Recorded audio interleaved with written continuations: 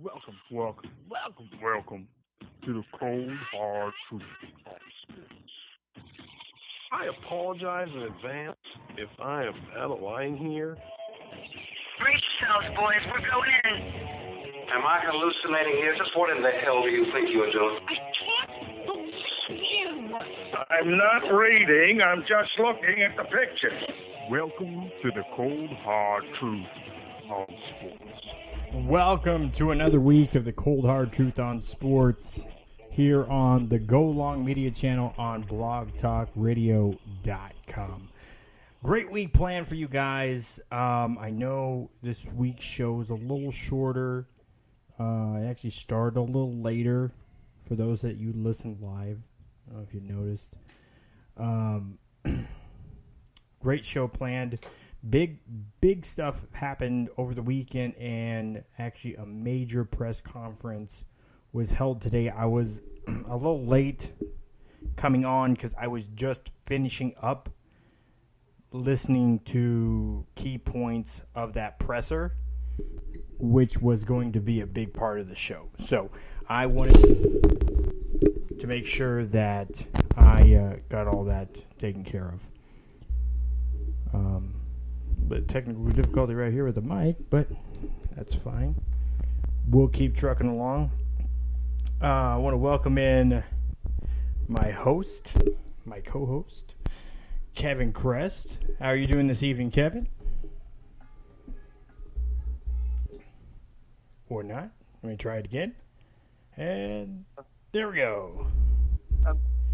There we go. There we go, Kevin. Doing well. I'm assuming that the presser had to do with the indictment handed down by the federal government today against NCAA coaches. I'm assuming that's what you're talking about. Yep. From the basketball standpoint, is that correct? Yep. 10 individuals arrested, 4 of them being college basketball assistant coaches. So, yeah, it's kind of one of those things. It was a probe that was launched covertly. So the NCAA had no clue of this investigation that was going on until today, to the FBI's knowledge and to the investigators' knowledge. But it's something where I think the feel was it was a matter of time before some sort of investigation like this came down and findings like this came up.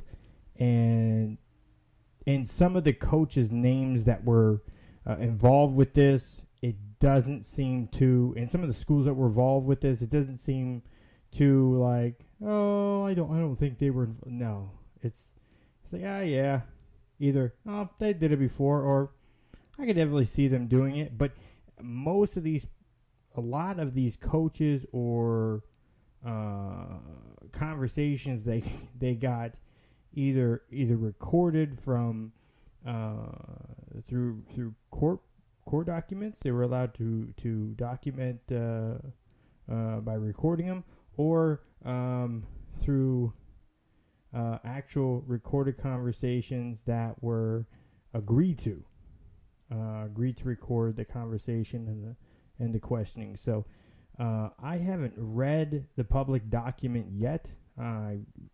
I've heard the presser.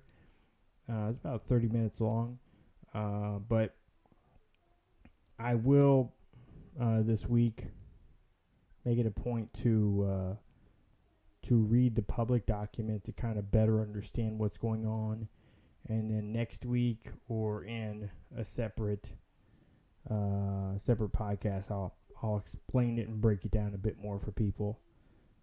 But I mean, were you surprised by this at all, Kevin? No, the biggest surprise is it's taken so long to get here. I did read through some of the indictments today, by the way. I forget which website I want to attribute it to. Yeah. I believe it was the New York Times had the actual indictment, copies of the indictment that spelled out. And there's another shoe to drop here, because the indictments the documents talk about a school in Kentucky and a certain recruit, and nothing's been done as far as now. I don't know what happened tonight because you said 10 arrests. It was only 5 this afternoon, so I have a feeling that there were more arrests made later on since I was following at work. Yeah, the presser was at 4:30, like 12:30.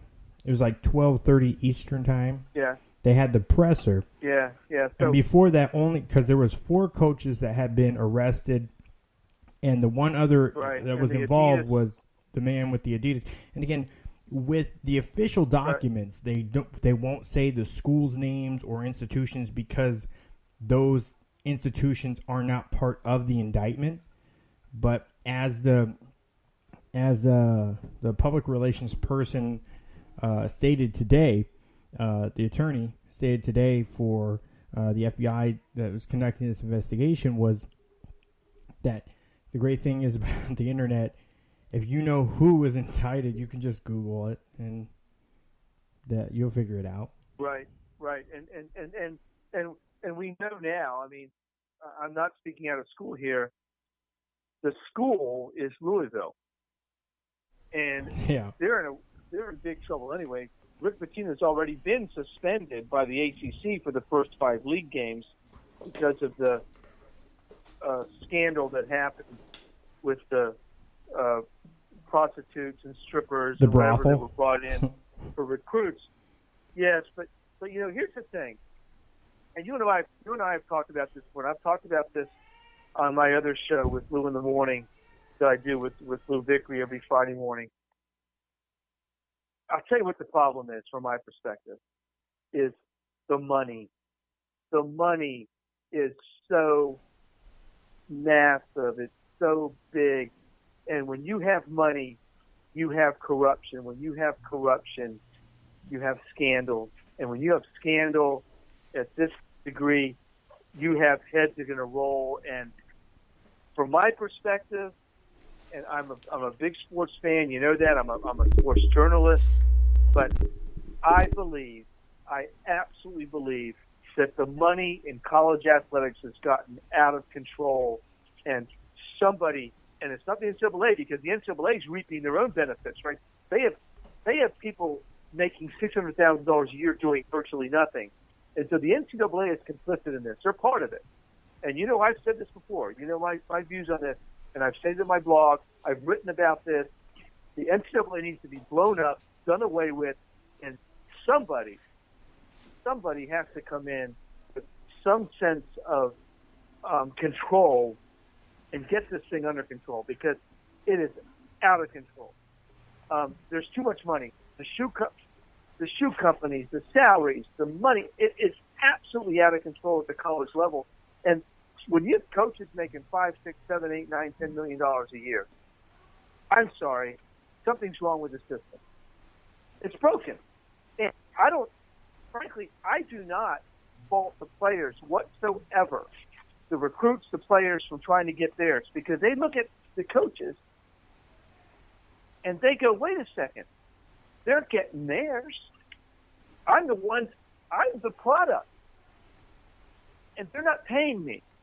It would be like Tom Cruise making $10,000 for a movie and the director making $20 million. Right? That's not how that works. Yeah. The talent makes the money. The only place where the talent doesn't make the money is in college athletics. Well, the argument is the talent in college sports, the only consistent talent that's there each and every year is the coaching.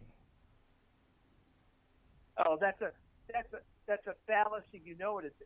It's a story that's given to propagate and to continue the status quo. It's a story and a line given to prop up their own values. The fact of the matter is, and we've said this before on this show, are you telling me that Nick Saban wouldn't coach college football for $1.5 million a year? $1 million a year? The guy only knows one thing. It's to coach football. Are you telling me he can't coach it for $1 million a year? Over 40 years, he can make $40 million? Are you telling me he wouldn't do that? It's ridiculous. I don't buy it. I don't buy it for a second. I haven't bought it forever. And I think it's time for a readjust. We were watching college football when coaches were making $200,000 a year, and they were still coaching, and players were still playing. So I think it's out of control. I vaguely remember it's a like great thing. I think it's a great thing. In the early '90s, just before his Tom Osborne's second to last contract, I want to say it was around like $250,000 or something like that.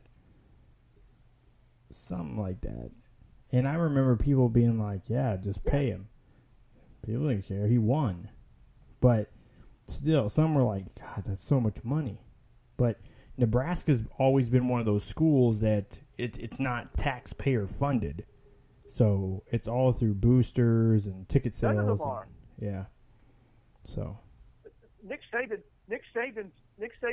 salary from the state of Alabama is something like $280,000. I don't have it in front of me. You can. It's all in that public record. You can find it. I know Brett Bielema, University of Arkansas, whose salary is somewhere in the $4 million range. The taxpayers in the state of Arkansas only pay him about $250,000 a year, if that. Okay, so this isn't taxpayer money. This is private money funding this. This is rabid fans putting up a lot of money in foundations to pay these guys. And frankly, I'll probably be criticized for this. I think it's wrong. I think it's inherently wrong when the kids are putting their at this point almost lives on the line, right? Because we know what CTE is now. We know what all that happens. We had, we had a guest on earlier in the year, Elise Steinberg, talking about this. We've seen the brain studies. We know what happens. There was a play in the game. We've had David Hum.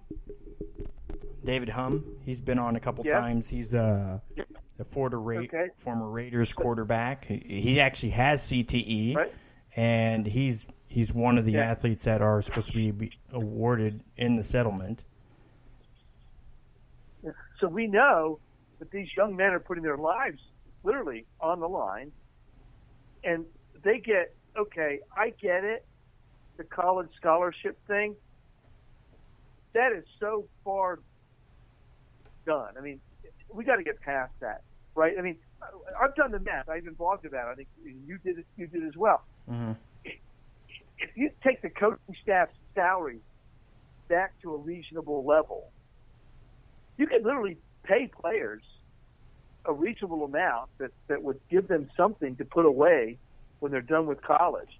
Put it in a trust fund. I don't care. Don't make them graduate. I don't care. I'm fine with that. That they would have something for their effort.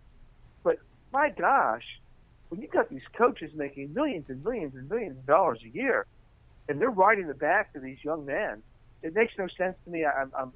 And I think this is the tip of the iceberg, Matthew. This is the tip of the iceberg, especially in college basketball, because at the lower levels, AAU, right? Yeah. They drive all this talent, right? Mm-hmm. And there's a lot of money going on there, right? That's not even supervised. That's not even. There's no organization overseeing that aspect of it. And then you got the one and done. The people that are listening that haven't understood what exactly these indictments are for. At the end of the day, these assistant coaches are accused. Now, I'll still say accused because they're innocent until proven guilty. Are accused of taking money to steer athletes to particular agents and to particular shoe contracts. That's the essence of it, right? There's Charles Person at Auburn has a little bit more complicated stuff going on, but at the end of the day, they're being paid by the shoe companies and the agents to funnel to steer athletes towards particular agents, right? That's the essence of it. It's money laundering, it's fraud, there's a number of different charges there. So you got to figure if you got four guys how many are there really that are doing this, right? Because it was Oklahoma State, USC. Now, the Arizona, investigation hasn't concluded. They've arrested 10. Right. And again, they've been indicted. Okay, obviously 10. There's been 10 arrests. They've charged 10 people. 4 of them being assistant coaches. Now, we can't forget that it was a covert operation. Now it's not. It's out in the open. So the NCAA knows. Right. So U.S. Attorney said that they will go talk to the NCAA now. It says since in this article here, it says since 2015, the FBI has been investigating the criminal influence of money on coaches and players in the NCAA. Federal authorities said. So this was I don't know if this was one of the articles you were talking about, but this is actually CBS New York that was reporting this, and it was a part of that presser too. So I'll get that over to you too, so you can see that too. But it's not like this probe was just they did it for like a year or something. It's been ongoing, prolonged, because it is really it is an issue because I don't know, it comes back to the regulation.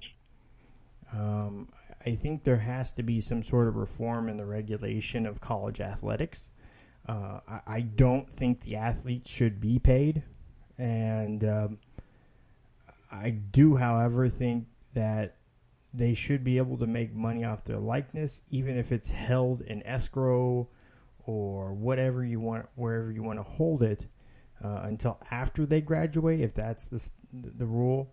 By the way, I heard today the quarterback, what's his name? The quarterback of SC, Sam Darnold. Sam Darnold. He does a podcast, by the way. He does a podcast. I don't know if he, again, it was strange that I heard it was mentioned today on the radio on the top number, between number 1 and 3, depending on the months, sports radio show in the country. He said he had a podcast. Now, I don't know if he monetizes it. I'm assuming he doesn't. And if he does, it's in a way that he's not going to lose his scholarship and his ability to play. I know that Donald De La Hayes lost his ability. Again, he's a kicker. He wasn't probably one of the most sought-after quarterbacks in the country. But still, nonetheless, he was a kicker. He used his likeness to make some money off YouTube by monetizing through Google and through Google AdSense. He made a couple $1,000s. He refused to give it back. He gave up his potential to play because of the way he structured his business. Now, I don't know if it's Sam Darnold's situation. Maybe he's just talking on. Maybe he's just doing a podcast for fun. I don't know. But nonetheless. Let me ask you something, Matthew. Because you're younger. You're a lot younger than me, and I'm not even sure if you remember when Olympic athletes were "quote unquote" purely amateur. There was no money, and I remember back in the 80s when this was all being discussed that the Olympic movement was like, oh, it's Armageddon. If we pay our Olympic athletes, the whole system will crumble. It will be terrible. Not the case, right? Look at it today. I mean, you have Michael Phelps, a multimillionaire from what he's done. You have the swimmers making money. You have track athletes making money. You have people, the pro soccer players are playing on their soccer teams. What's the problem? If the free market says somebody's worth paying, somebody's worth making money, Why do you think the system's going to crumble? It is not. I mean, the money's there. I mean, obviously the money is there. My issue is the money's not being distributed properly. That the money's being distributed to the people that can make it. It's an artificial system. If I'm 18 years old and I have a college scholarship and I'm a world-class violin player and I have a college scholarship, I can still play in the symphony orchestra in my town and get paid for it and don't lose my scholarship. Now, how the hell is that different than a running back or a quarterback or a defensive back who can then make some money off my name? I'm not talking about getting paid to play on the field, but if I have my own radio broadcast and the marketplace says people will listen, advertisers will pay, why can't I make that money? You want the simple answer, or do you want the long answer? Well, I want your simple answer because I don't understand how you can prohibit. The only difference is the balance sheet. That's it. Is what? The balance sheet. That's it. One, you're paying the talent to endorse your product in the commercial. The other one, you're not. That's the only difference. The balance sheet. Are you having hired talent or not hired talent? Here is, that's the only difference. My point here is, and how? And again, that's where it comes back is to needing to be able to go back and re-look at again why I wasn't for college athletes unionizing, but in this sense, this is what unions would normally help do, is be able to sit down and have someone represent the student athletes with intelligent conversation of what their rights are as citizens, as players, and collectively bargain it. You can't collectively bargain something because as a student athlete, you have no rights. Under the current system, in essence, you don't have a right to earn income off your likeness. You're not allowed to take gifts. I'm not just advocating here, Matthew. I want to make sure you understand where my view here is. Yeah. I'm not even advocating that the universities have to pay the student athletes because they are actually paying them because they're giving them an education for free. Yes. My disconnect cognitively is that they can't even make money independent of their service to the university. In other words, like if Sam Darnold can go on, I don't care what it is, whether it's a local radio station, ESPN, Fox Sports, if he can go on that network and they'll pay him money because commercially they're selling advertising and it's worth, there's value in the marketplace. People listen to him talk about what he does. I mean, to me, that's a violation of his rights as a citizen. Where's the NCAA get off telling him he can't do that? You know, I wonder if there's an angle on labor laws, because I mean, labor laws are pretty blunt on public appearances and what you can do and cannot do. They've limited practices to 20 hours a week, 20 hours of time of practice and team related stuff. So I'm wondering if he's doing a 15-minute segment with Cowherd or with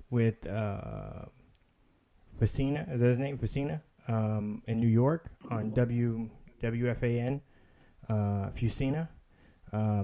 If he's doing these spots, or with ESPN or whatever, are they taking those minutes off of time that he's spending with coaches, or is it time that he's practicing? I'm really not confused, because that's a team-related activity. And by the way, they do require these athletes to be a part of signing events.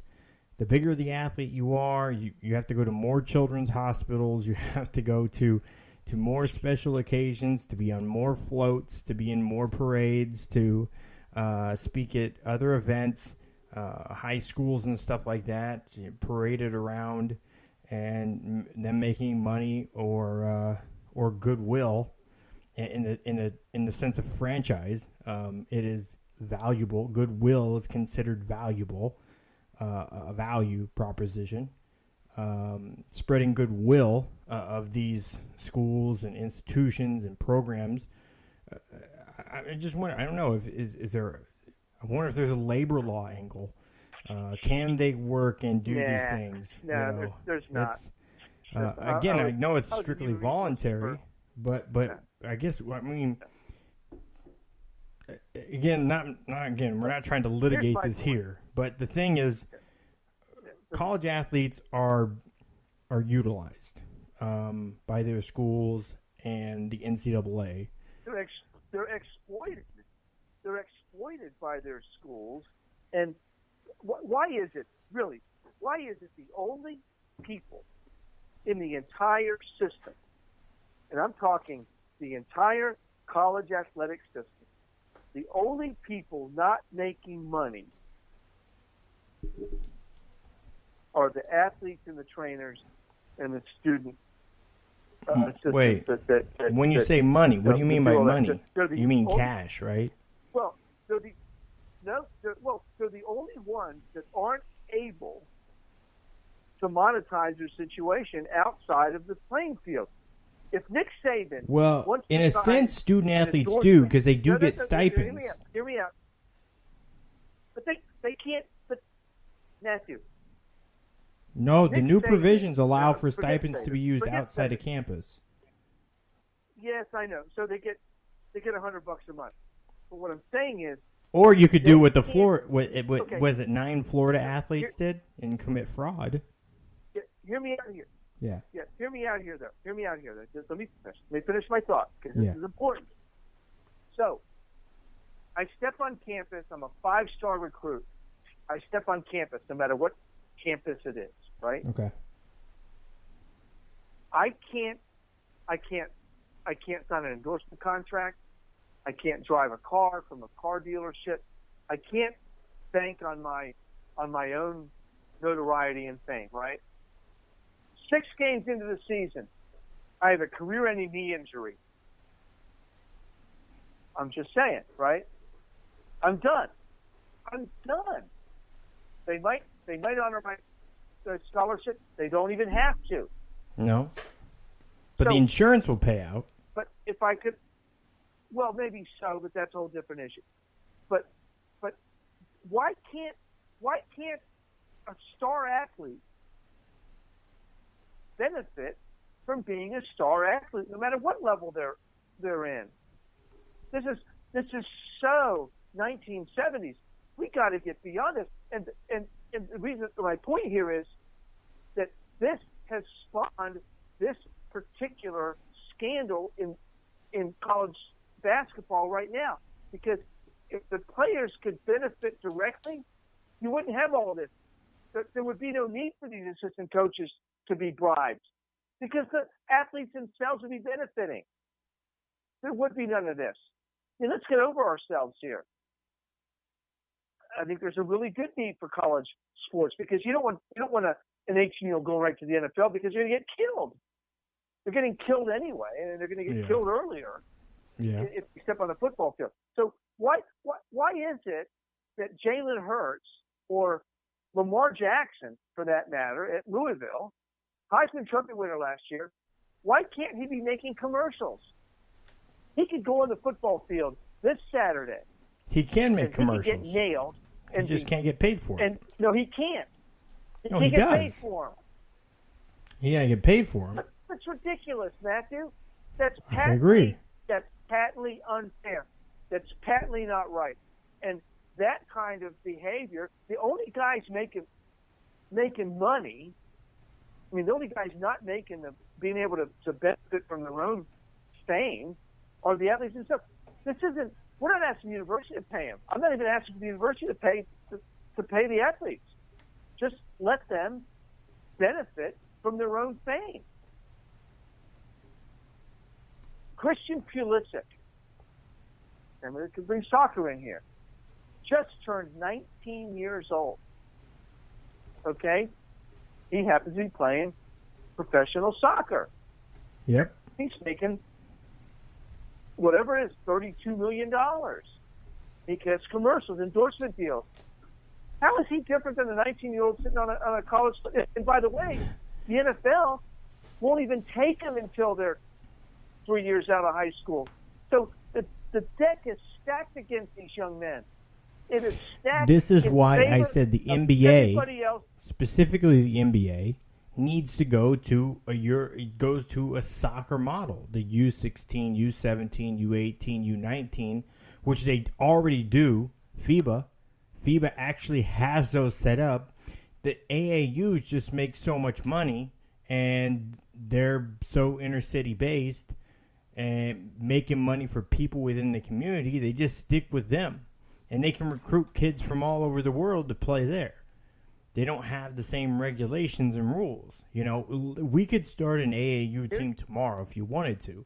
It's not a lot. There's not a lot of red tape involved with it. You know what's going to come out of this, Matthew, and this is where it's going. This is going to end in some serious conspiracy indictment. You're going to have people showing collusion, and if I'm Adam Silver at the NBA, I better prepare myself legally for the fallout of this. Yeah. Because you're going to see the collusion between AAU, college, and the NBA. Why have 1 year? What is magic about 1 year, Matthew? There's nothing magic about 1 year. Nothing. The biggest stars in the NBA in the last 20 years all came out of high school. Kobe Bryant, Dwight Howard, Tracy McGarrett, Tracy McGrady, Kevin Garnett, LeBron James. They all came right out of high school. What the heck was wrong with that? They went to a different model because it was a better way for people to get paid to exploit these young players for a year and then steer them in a different direction. This is a big deal. This is like kryptonite to college basketball and potentially the NBA and the AU structure. I hope 10,000 guys get indicted. I hope this blows up the system because the people being exploited are the athletes themselves, and they are the ones, when they're 19 years old, 18 years old, they have no recourse. They're not allowed to do anything, and I think it's bad. I think it's hideous. It's criminal, and we've just shown. This is the tip. This iceberg is so much bigger than the one that sunk the Titanic, and if the Titanic is organized basketball in this country, that hole is going to be ripped open and it's going to sink just the same way because it is time. It is time to peel the onion. It is time to open the curtain. It is time to expose what is a racket. And it's terrible. It's absolutely terrible. And I think it's time because what we're doing is we're limiting the rights of the very people that are on the floor making plays, and we're cheering on every Tuesday and Saturday night in college basketball. And they have no right. They got nothing. And I think it's wrong. Come on. Nobody's telling you and I we can't monetize ourselves. Why is this arbitrary? Oh, you can't monetize yourself till you're 19, and you break your leg in the second game of the freshman season, you're done? Hell, that's not right. There's no logic to that. There might have been logic 40 years ago when there was no money in the game, right? It was the scholarship was all there was, and your coach was making $30,000 a year. I get that, but this is 2017. So when you look at the balls, all of you go, "Oh my gosh, good for you guys." Okay, I'm gonna read. Make all you can because I'm gonna read a list of some names. All right. Jabari Abdur-Rahim. This is 2020. Kyrie Walker. Isaiah Todd. Jared Springer. Jamin Bakerfield. There's the top 5 for 2020. 2019. R.J. Barrett. Charles. They're freshmen in high school, right? Yes. But what I'm talking right? about, this is why. There's the top 5 there. Top 5 2019. Watch this. 2017. These are commits. Wendell Carter Jr., right? Wendell Carter Jr. committed to Duke, center forward. He'll be a top 5 pick in the draft. Michael Porter Jr., again, Missouri, shooting guard. I think I've seen pictures of him in a Cavs jersey already, where they're imitated Cavs jersey. DeAndre Ayton, Arizona, commit. He'll be a top 5. Muhammad Bamba, Texas. He'll be top 5. I mean, Trevon Duvall, Duke, point guard. Again, my point is, I could go to these future lists, these Nike future lists, and I could just look at the top 5, top 10 guys there, and that's probably going to be the top 5, top 10 guys in the draft following their first year of college. It's fairly freakishly consistent. That's why I said the 2020. Those top 10 kids in 2020 are going to be some of the top 5 draft picks in the NBA. And if that's freshmen, so junior, senior, 21, 22, 23, like 25. 2020, 2025, they will be in the top 5 of the NBA draft. I'm just saying, it's freakishly similar. So the reason that is because they don't have enough tape on them. They're not developed enough. So the NBA is bringing in more players at developmental, but don't have developmental process. This is why the NBA, specifically the NBA, needs to go with this U16, U17 system like soccer, because and set up their developmental team that way, because this way what they can do is they can team up with AAU but keep it under the NBA umbrella. And if they don't want to go to college, they don't have to go to college, and they can make money through that whole process because it's allowed. It's not. Yeah, but the AAU, but the AAU system is crooked. It's ramped with corruption. Yeah, I mean, that's what I'm saying. But that's the thing is about the AAU teams. If they wanted to get involved with that, and those teams wanted to be a part of NBA developmental basketball, U15, U16, U17, whatever, then they have to go by those rules. So they'll have to change their model from AAU to NBA U. So NBA, NBA D, NBA developmental. You see what I'm saying? Right. So that's why it will work so well for basketball. Yeah. Now, football is a different story. The NFL, the game of football is. Let me back up the truck. Back up the truck for a second. FIFA isn't exactly a great model of non-corruption. Okay? No, it's not. But that's at the that's the top administrative levels, and that's usually between the administration and where the stuff's hosted. It really doesn't decide the games. I haven't seen anything that come down. Oh, sure it does.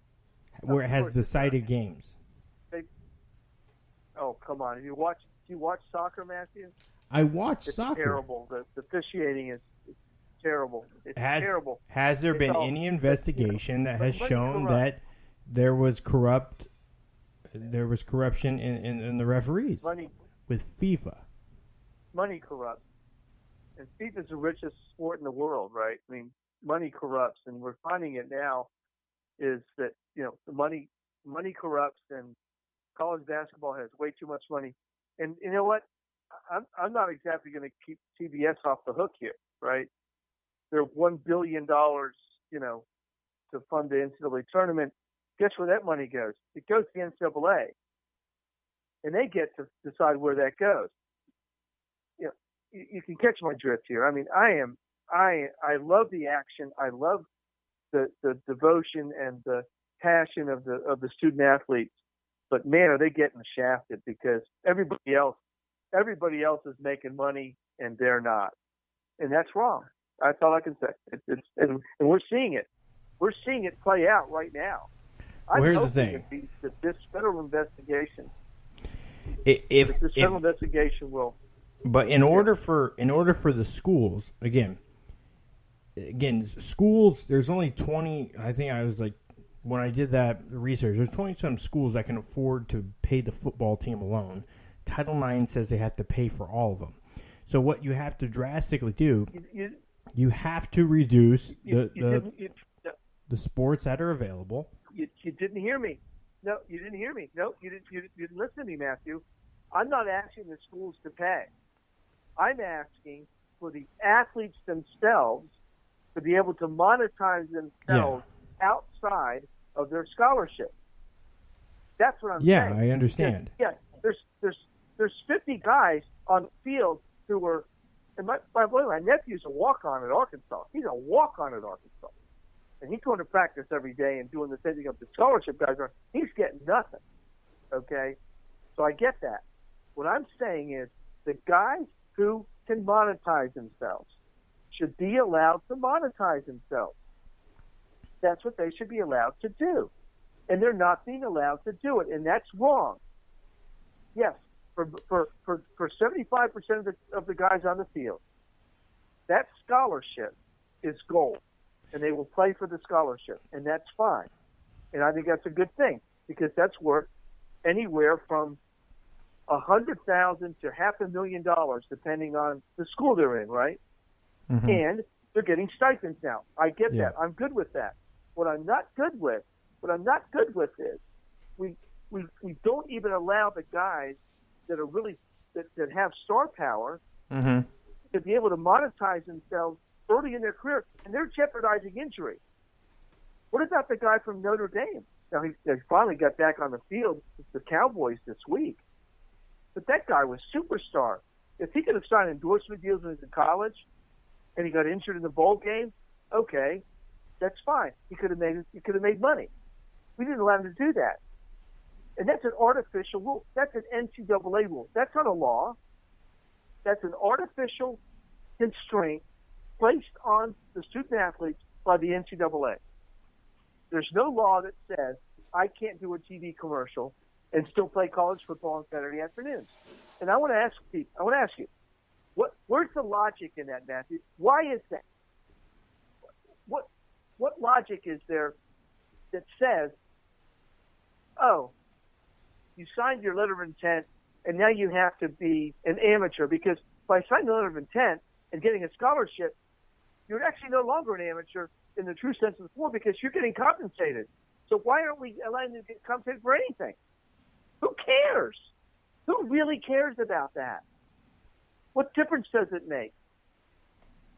If Sam Darnold gets $175 for his appearance on a radio show, who really cares? What difference does it make?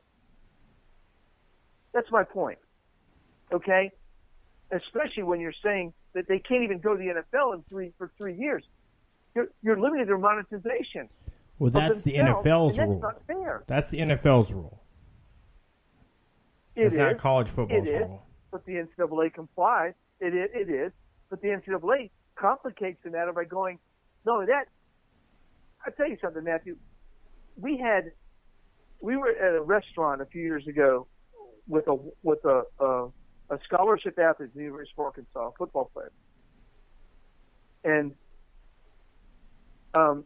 he did not travel with the team that week because he was redshirting, but he was still a scholarship.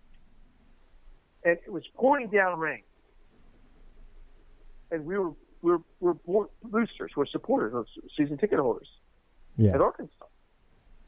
I could not even give that young man a ride to his dorm in the pouring rain because of NCAA regulations. Now, you tell me something. How ridiculous is that I couldn't even give an Are act you of sure? mercy? Are you sure you couldn't give him a ride? No, I could not. We looked it up. I could not give him. It was an improper benefit because we were boosters for the university. It was an improper benefit. Now, you tell me. But the argument isn't. What sense that makes. But that's the thing is like, what makes it improper? That you're a booster and he's a student athlete? Improper benefit. But wouldn't they have to establish that there's preconceived intent of you doing it because he's a student athlete? No, they don't. No, we've heard these stories before. What about the coach? What about the coach who wanted to fly the kid to a funeral for a relative of his? He couldn't do it. It's improper benefit. But that's different than. This is where I believe that the end. See, that's the thing is like the NCAA needs to clear up a lot. Again, there needs to be deeper look at how things are being utilized. How is it irrelevant? They're irrelevant. They're irrelevant. They're irrelevant when it comes to the major sports. If they want to deal with scheduling and deal with putting on the championships and do all that kind of stuff. When it comes to regulating the sports themselves, they're irrelevant now because time has changed. The money's bigger, things are bigger, the exposure's bigger. They can't handle it. If they want to actually establish and schedule the championships and all that kind of stuff, the athletics part of the field, I'm all for it. Good for you. Go do that. But when it comes to these regulating what an athlete can or cannot do, and what a school can or cannot do relative to the athlete, they are beyond. They are in over their head right now, and they're screwing it up. They're making it worse. Because I got to tell you, I mean, we see athletes get injured every week, and they're banking they're betting on the come. They're betting on after their time, but nobody's giving them a chance to monetize themselves while they're there. You know, I mean, so the Olympics movement at it. We had the same conversation 30 years ago. Oh my gosh, the sky is falling. The Olympic movement will be terrible. The Olympics will be terrible. Mm-hmm. We can't allow athletes to make money. That's a bunch of BS. You know that now, right? We've gotten way past that. Look how great the Olympics are. They really are. They're compelling. You got the greatest athletes in the world. Swimming and running and all that stuff. It's great. What harm is there in a student athlete making some money? I don't get it. I just really don't get it. I'm not asking for universities to pay the violinist to play in the school band, but if he went to it on a Saturday night and make money playing keyboards at a bar with a band, he gets to do that. And he doesn't lose his scholarship. But here's the thing is, my issue with not allowing someone to monetize their likeness, I mean, how should they be able to control that? See, that's my argument. The likeness thing. That's their likeness. So many courts have ruled. We've ruled in courts that you cannot own someone's gratitude. So, like in the world of social media, so if I make, let's say, I build a website, I build a Facebook page, I do Instagram and Snapchat for Bob's Sandwich Shop, right? And it does great. Me and Bob, we part ways. He has his things. I turn it over to him. Now, I can't say, listen, the likes that I got and the follows I got for you on social media are proprietary. They're intellectual property of mine because that's someone's gratitude. Somebody made a decision. whether I influenced it or not, he paid me as a part of the process to influence them. Now, with someone, that's what I'm saying, with someone's likeness, whether you're a university or not, we see that these student athletes have likeness before you. Everybody has their own likeness. How can you take somebody's individualism and say that you cannot monetize that? It's up to that person. That's like saying that you can't use this water fountain or you can't drink here. I get that you cannot get paid cash to be played like an employee. I get that because it is an amateur sport, and the closest they can get to paying you is giving you some stipends for essentials and stuff here, but not allowing them again. The worry behind it is that too many schools can take uneven advantages. But even with that, if you're NCAA, you can't, and schools can't give this bullshit, and I'm calling it bullshit argument, unfair advantage. Okay, tell me this. If it's an unfair advantage because you think boosters are going to pay these kids millions of dollars to come to that school, promising that we'll do commercial advertisements and you can sell your likeness for millions there. If you think that's such a big problem, then tell me, why isn't the academics universal? Why isn't it that? I mean, Notre Dame, Stanford have much harder times getting student athletes to come there because you have to meet the academic standards. Why aren't the academic standards consistent across the board? And just to bring up something Jim Harbaugh talked about, why isn't there a minimum standard for visiting teams' locker rooms? I mean, he was just talking about Vanderbilt. It's unfair playing field, yeah. And Purdue, they didn't even have an air conditioner. They didn't have air conditioning in the visiting locker room. That's Bush League. Like, why aren't there minimums? Again, in the NFL, they can't do that. There's a standard. You provide a minimum standard for everybody.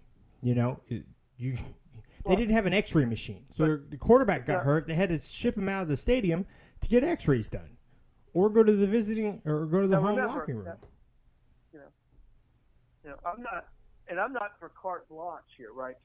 Because, for instance, I believe that the university owns those uniforms. Yeah. Okay, that's not the student athlete's uniform. That's the university.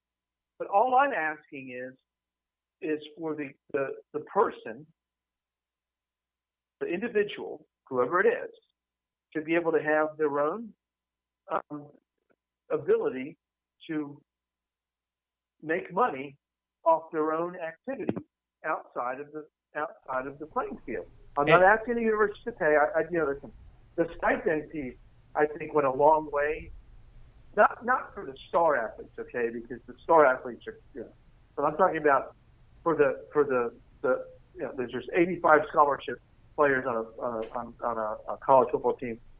For the 75 that aren't stars, or the 78 or 80, right? The stipend went a long way towards evening the playing field because at least it let them be on par with the rest of the student population, right? Because if you're from a poverty-stricken family and you get a scholarship, you're not getting $150 a month from your mom and dad to go to McDonald's, right? You're not getting that, right? So I think that the stipends were a big positive for most of those kids. But all players get the stipend for food for travel. By the way, all players do. No, I know, it's great. I think the stipends, and actually it's not called stipends. It's called they're now getting full cost of attendance, right? Which they're taking into consideration the fact that room, board, and tuition. No, I'm talking about. Room, board, books, I'm talking about. Cover everything. I'm talking about when you travel, like you get a stipend. You get like it's called bean cash or something like that, and essentially it's just it's X amount of dollars that is allocated for each player when you go on the road to buy food with. That's all it is. Every player gets it. Because when you're on the road, it's not like they pack you a lunch, you know? So you get X amount of dollars. And I remember, and I went to a D1 JUCO. I mean, some games would be 15, some would be 50. It kind of depended how far we went and where we were. It changed. It shouldn't have. I don't know what was involved in the back end of it. I didn't ask. I was a walk-on. So whatever the hell they were going to give me, I was going to take. Well, you know. Well, I'm talking about the fact that a couple of years ago the NCAA allowed student athletes to get scholarship athletes to get full cost of attendance, which makes a big difference, right? But what I'm talking about here is I think it's a violation of somebody's basic right as an individual to be able to make money on who I am and what I do, right? I mean, that's the definition of exploitation. Now, I'm not talking. I am not. See, the world has changed, right? You know, the world has changed. This is where the NCAA is behind on this. Is at one point in time, the only way to make money was for a booster to pay you, right? I'm not talking about that at all. This is a differentiation. I want to make people understand. I'm differentiating between somebody paying you or bribing you, in essence, to come to a particular school.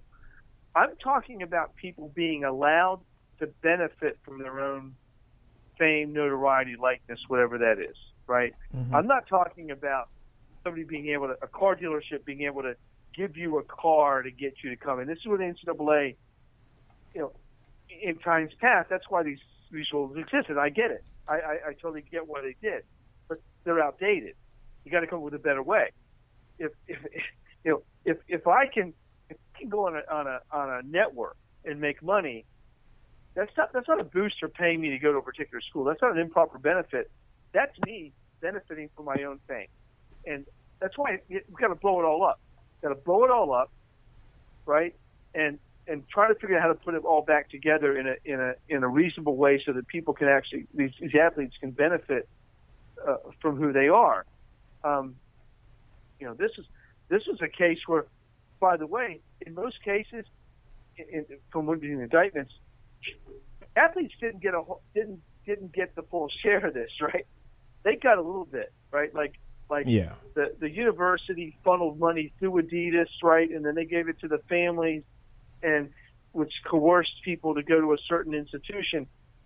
That's all bad. I'm not advocating that any of this was good, but if Sam Darnold can get on a radio show and people will pay him money, or you can do a podcast, or you can do something and sell advertising.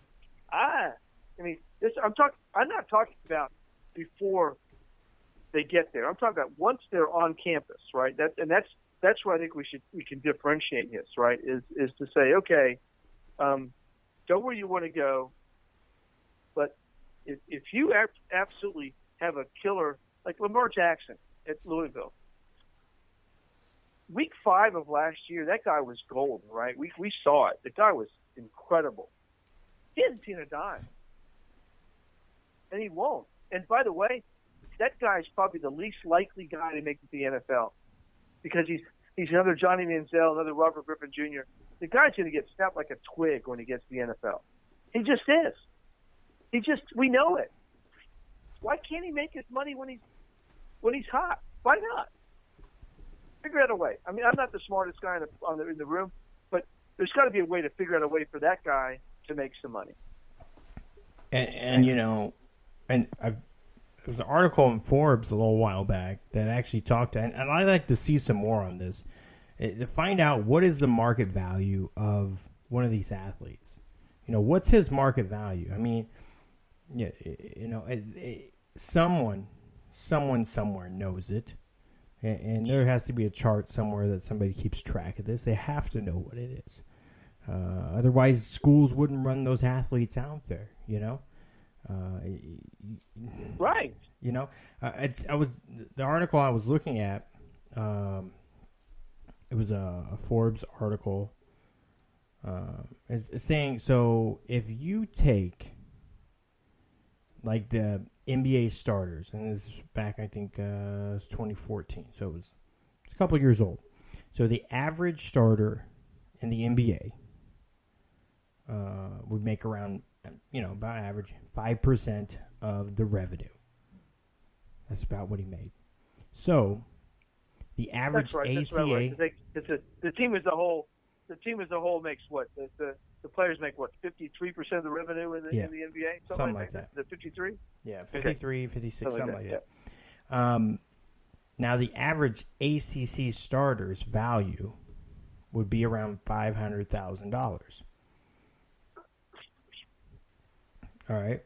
Now, that kind of, it's crazy because, if you go to football and you're looking at Peyton Manning, Drew Brees, Tom Brady, they're valued around $4, $5, $6 million a year,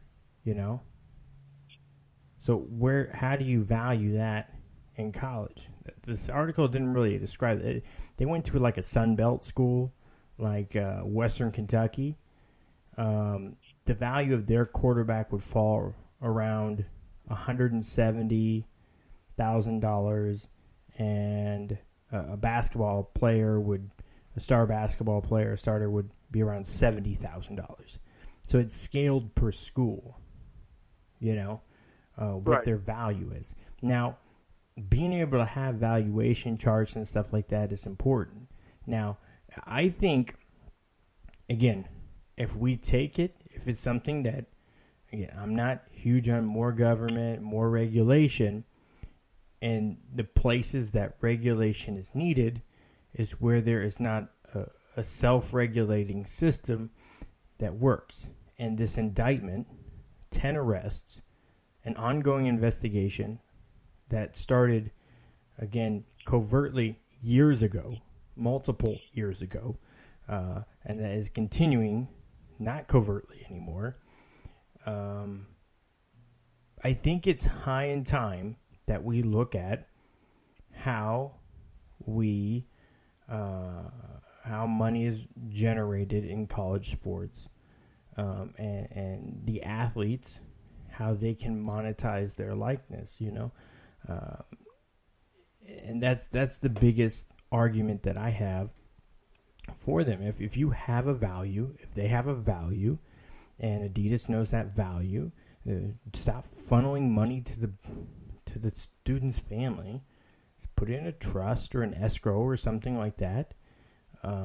If that's what the rule is. See, I could even live with that. I could live with, you're making this amount of money, but you can't touch it till after you leave school.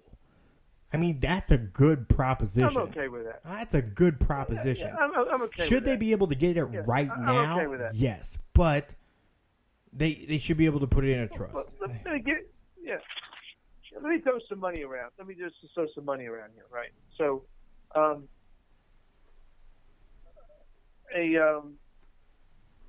university has a 75,000 seat stadium, plays 7 home football games, and their average ticket price is $80.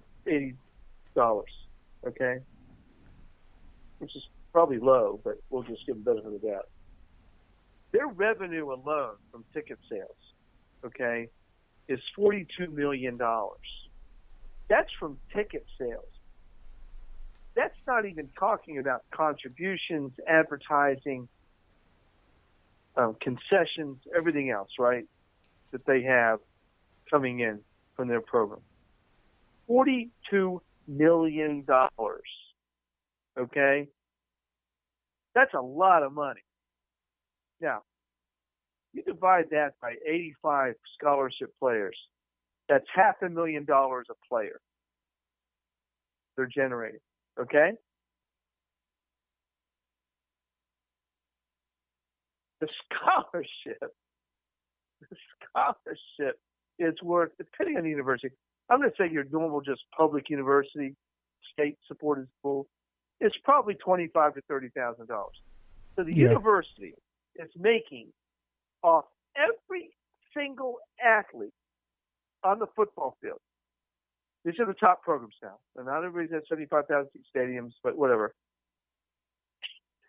They're making $450,000 per scholarship athlete. Now, if that doesn't scream exploitation, I don't know what does. That's just pure math, Matthew. That's not anything. Yeah, that's just business guy talking here. As long as there's no expenses involved, what your math other, is dead on. What other industry from a gross margin, I'm just talking about gross margin labor perspective, is where their labor expense is 5% of their revenue. Human trafficking, probably? It's ridiculous. Yeah, human trafficking, perhaps. So my point, I mean, case closed. And by the way, that's just from ticket sales. I didn't even include concessions, parking, contributions to the foundation, which is double that, right? I mean, it's just like double that. So subsidies. I mean, and I'm not even advocating paying the players out of that. I'm just advocating letting the guys that can, in fact, make some money. I think what we need to do. What do you have to lose? What we need to do is we need to separate the athletic department from the education. So separation of school and athletic. Well, they are. No. They are, Matthew. And they actually are in most of these cases. They absolutely are. My wife works for the University of Arkansas. She's a fundraiser for academics. She works for the libraries. Okay. Before that, she was the annual giving. There is absolutely a total separation of academics versus athletics in terms of fundraising. Now the foundation fundraising. does but let me finish. As far as subsidies go, there should be $0 in subsidies, tax subsidies that are allowed for athletics. 0. Yeah, unless the municipality owns or has vested interest in the use of the stadium. Again, because you're having public use of that. I mean, okay. So I'm saying other than that. Paying taxes. Yeah. But you got that. I mean, in fact, you know, you've got the people that are actually a portion of their salaries is paid by the state just because they're quote unquote state employees. But at the bigger schools, the Power 5 schools, the rich ones. Of course, I'm using an outlying example of 75,000 seat stadiums, but I'm talking about the big programs. And that's honestly, it's really, to be honest, for those of you who are listening, 75,000 seats. That's what we're talking about because those are major universities. Because guys, because listen, guys at the MAC schools, and I'm a MAC fan, but they don't generally have guys that can monetize themselves. They're just there, and they're getting good education. That's good. I'm just talking about the what is it? I mean, there's 60 Power 5 teams. There's probably 2 or 3 guys on each team, right? Alabama has more. USC probably has more because of where they are. Texas has more. You got 29,000. There, there's 60 schools. This is 29,013. Okay, that's for the University of Buffalo. Let's just say you have 300 or 400 guys in college football that could make some money off themselves while they're in college. But you've also got other things. You got appearance fees. I mean, you got people who just pay for. We've got to get over this people getting a competitive advantage based on athletes making money. Because I mean, I watched a defensive back from Virginia Tech on Saturday came down wrong after an interception. He may never play again, right? And I'm sure he should have had an opportunity to make some money while he was in college. And he didn't. He wasn't able to. I think that's unfair. I'm just saying it's unfair. I mean, wouldn't it? Let me ask you this: don't you think it would be more fair if they did allow them to make money? Because again, the market would determine their value and how much they would get. Absolutely, totally fair. Absolutely, it's totally fair because the market would dictate it. The only sport in this country, really the big time sport in this country, that isn't market dictated. Actually, two: college football and college basketball. They're not market dictated. They're artificial because the top coaches are making $3, $4, $5 million, and that's not what the market dictates. They can command it, but the market dictates it because the market isn't paying the labor. Right? I mean, what other business? And I know you're a business guy. I am too. What other business allows you not to have to pay your labor a market rate? Right? I just showed it that based on revenue that nonprofits, but even your administration gets paid at market rates for administrative positions for the most part. Right. If I'm an administrative assistant for the Red Cross in your town, Tampa, I'm still going to get paid what the administrative assistant gets paid at the bank because it's the same job. I'm going to get paid market rate, right? Yeah. But in college football, I get a scholarship, I get a stipend, I get the cost of attendance. That's not a market rate. That's dictated by the NCAA that says I can only pay you what it costs to go to school there. Like for example, let's use the Red Cross. Your example, the CEO of the Red Cross, Gail McGovern, her base salary is $500,000. There you go. That's her base salary. Is that wrong? No. Because no. And I'm sure she earns a hell out of it. Exactly. I'm sure she does. Because, people. A lot of people hear that and say, "Oh, I shouldn't get that," But what do CEOs go of major international organizations? That's, $500,000 is on the cheap for a CEO and a college football coach Think about what the Red Cross does as an organization. Yeah. The value they provide the world, right? She's making $500,000. Yep. Brett Bielema, who can barely field a winning team in Arkansas. I'm sorry, he's under 500 in his career here at Arkansas. He's making $3.5 million. I'm sorry. 4.1. Wrong with that, Matthew. 4.1 is where they have him at now. 4.1. Something's wrong with that picture. He's adding no value to anybody. She's adding a lot of value to a lot of people through her leadership. He's making 8 times what she is. He pretty much sucks at what he does for the most part. He's okay. And I shouldn't say this because I'm an Arkansas person, but he's not delivering. There might be torches outside that. If it gets really light at dark, you should be worried then. His coaching on Saturday was about as bad as I've seen. They had that game won. They should have won it. They couldn't coach themselves out of a paper bag. He's making $4 million, disappointing everybody in Fayetteville and in the state of Arkansas. She's making $500,000, doing a whole lot more than he is.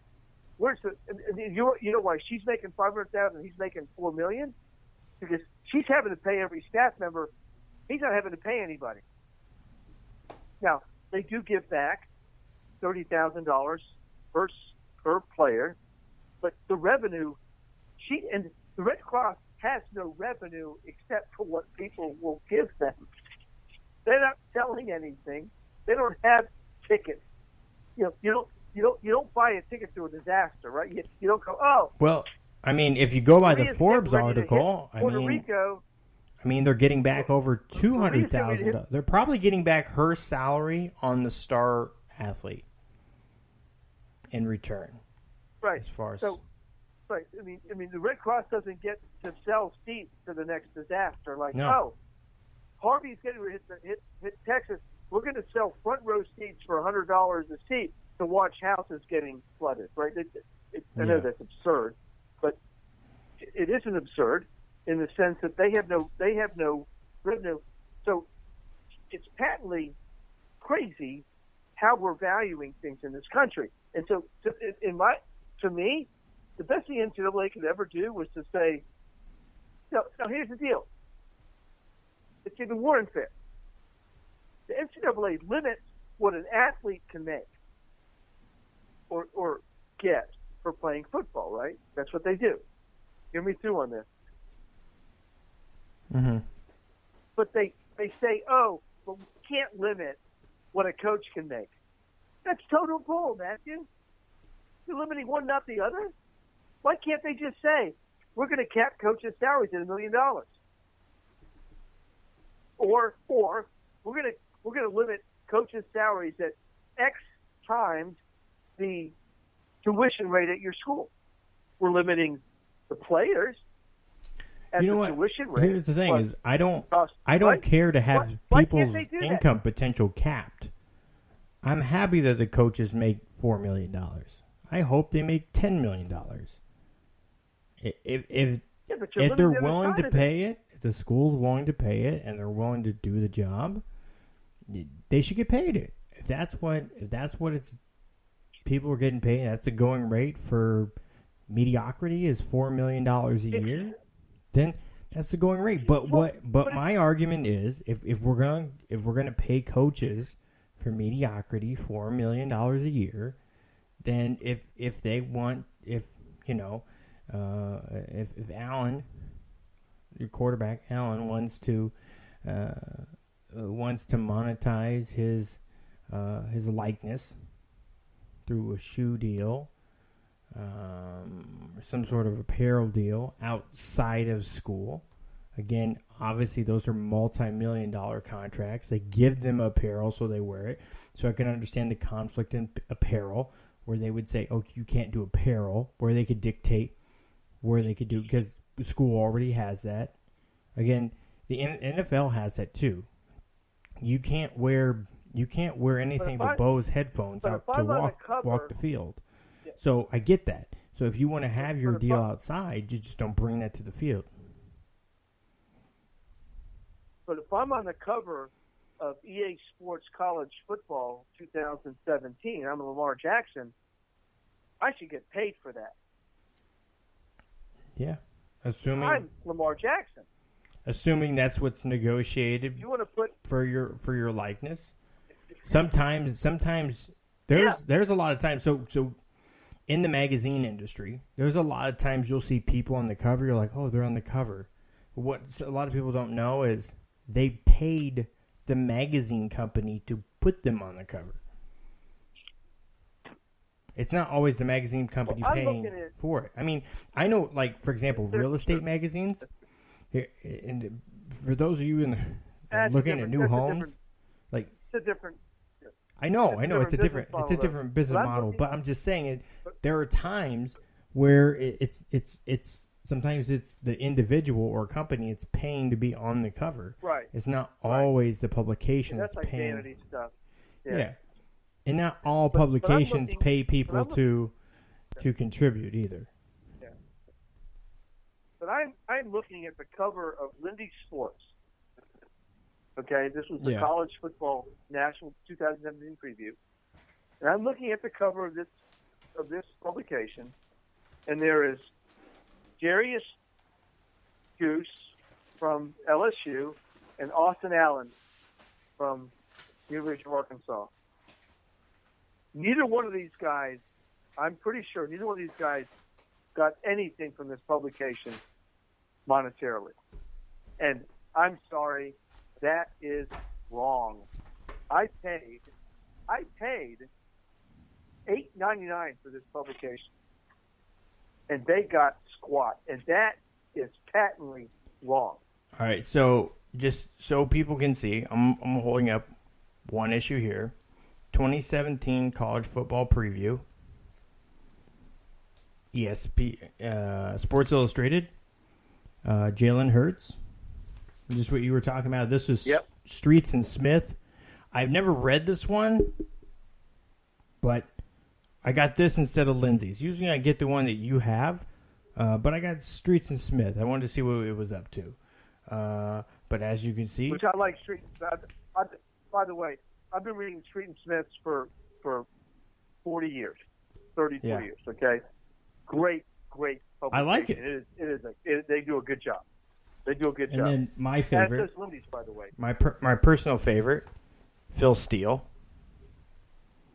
for College Football Preview. Yeah. He's Phil Steele. clearly the most accurate over 3 decades. I mean, a lot of players, from Quentin Flowers to Kendrick Norton to David Reese to DeAndre Francois. Yeah. I mean... Yeah, Phil Steele's top, right? I mean, those guys are all the top of the business. You're talking about the top, publications. So, no question. And those are the previews that I looked at before the season. They don't get paid there. But the most current issue of Sports Illustrated, with Dwight Howard on the front, I don't know that he got paid either. That's the tough part about publications. They don't necessarily, always pay the athlete. Sometimes it's a negotiation. It's a trade-off between the publication and their representative to get that athlete to do a story. And then the representation has to spin it to the athlete how this is helping your brand or image. There's a whole sale process. But that's fine. Yeah, but that's fine if you're a professional, because you can market, you can bank off the fact that you on the cover of Sports Illustrated, and you can get endorsement deals and make money off it. If I'm Austin Allen or Darius Goose, I can't even benefit from the fact that I was on the cover of the magazine. I can't even go, hey, look, I'm on the cover of this magazine. Yeah. Give me something for it. Or, I can't even benefit from the publicity generated by the fact that I was on the cover of the magazine. I mean, I'm looking at the front of the latest Sports Illustrated. At least the last one I have is this is the Hunt kid from Kansas City. He had that great night, that great opening night, and he could probably get a car dealership to, give him a car, and he can go on TV in Kansas City and go, hey, buy a car at, Smith Ford or whatever. These guys can't even benefit from their own fame of being on the cover of Lindy Sport. And that's what I have a problem with. They're being exploited, Matthew. There's no way you can convince me there's not exploitation at the highest level. And that's what's happening, because they can't even do what the other guy does. And there's no difference in terms of their fame, notoriety, except they're being constrained by an artificial system. That's what I'm saying. That's my point. Mm-hmm. Is how can you do that? How can you tell somebody they can't make money off themselves, their own accomplishments? It makes no sense to me. It makes no sense. It doesn't. The Olympics figured it out long ago, right? Because all of a sudden, you can't put the toothpaste back in the tube, right? Michael Phelps is a millionaire. He's quote unquote an amateur athlete when it comes to. He's not getting paid to swim in the Olympics, right? That's not where his money comes from. Nobody's paying him to swim in the Olympics. He's not getting paid for that event. And that's the same deal with the college guys. They're not getting paid to play in that game. Yeah. But should certainly be able to benefit from their own success. We're definitely in agreement on that. I think the only thing that we've kind of debated on there is how do we get to it. But kind of changing gears a little bit, we saw some big games this past week. What do you think of Penn State and Shaquan Barkley as probably the top running back in the country? That guy's like, well, I think back to the running backs I've seen in my lifetime, right? You're talking about at college, and I'm going back to the 70s, 80s, whatever. I'm going back to Earl Campbell and Herschel Walker and Barry Sanders and Thurman Thomas and those kind of guys. Well, that guy's something special. He really is. I mean, this kid has it. He's got the speed, the moves, we'll see how they do against Michigan because that's we'll see what we've seen this season where in college football where the good defense all of a sudden can stop that kind of guy, right? I mean, and obviously, but he did it against a really good defense. I mean, Iowa has a good defense. They're not quite as good as they've been in the past, but and you're a Big Ten guy, Yeah. and you're a Big Ten West guy because with Nebraska. Iowa's defense is usually pretty stalwart, and he just showed them up. So yeah, I'm pretty impressed with him. He's of all the guys. I just saw a little bit of that game. I was actually up in Branson, Missouri this weekend with my wife. We took a little getaway and played some golf. And I didn't watch quite as much football as I usually do, but I did see some highlights of that. That guy's special. Yeah, I watched bits and pieces of it, and the highlights of it is just like I don't know. If I was handing someone a Heisman Trophy today, it'd be him. If I had to hand somebody, and he has, and he'll have the benefit. You win the Heisman Trophy because you play really well in the big games, and last year, Lamar Jackson totally took Florida State apart, and then even in a loss against Clemson, I mean, they scored 30-some points against Clemson. He looked fantastic. That was a great game, and so this kid has a chance. They still have Ohio State and Michigan to play, right? So he has a chance to really, stand out. Now, he could also stub his toe. I mean, Michigan could stuff him just like Clemson stuffed Lamar Jackson last week. Mm-hmm. We could see, but he has a chance, and that's you have to have those national games, even though there's 40 games on every week. You have to have that opportunity, and he'll have that opportunity, which will, I think, give him a chance to win the Heisman, especially since Jackson, didn't play that well against Clemson, rebounded last week in their game. But Darnold, even though USC is still undefeated, hasn't looked great. Josh Rosen's lost a couple, so forget him. The funny thing is, Sam Darnold seems to be the difference because where they're getting the wins is in the second half. Usually off comebacks that he's orchestrating, it seems like. So he seems to be the catalyst for their victories. So if you're looking at, again, I don't think you're going to look. I've never understood why a lot of times where they look at point differentials and the wins, because a lot of that comes in garbage time to crap teams. So if you take away statistics from garbage time, like they do in fantasy sports, sometimes the statistics you see for a lot of the,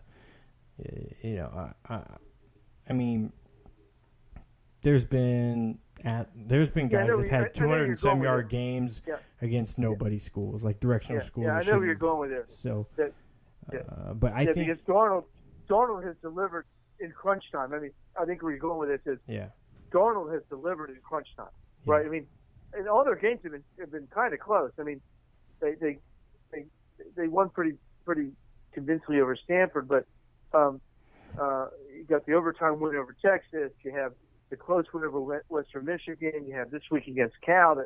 And by the way, Cal, really good football team. I mean, that's a team that's way beyond anybody's expectations. And so, yeah, I agree. I think Darnold's done it when he has to. And at the end of the season, that schedule's going to look really tough when they get done with the end of the season. Because, I mean, Western Michigan was 13-0 last year, if I remember correctly. They rolled into New Year's Day Bowl and lost a close one. Stanford rebounded this week to beat UCLA pretty convincingly. So I think that's going to look as a pretty good win. And so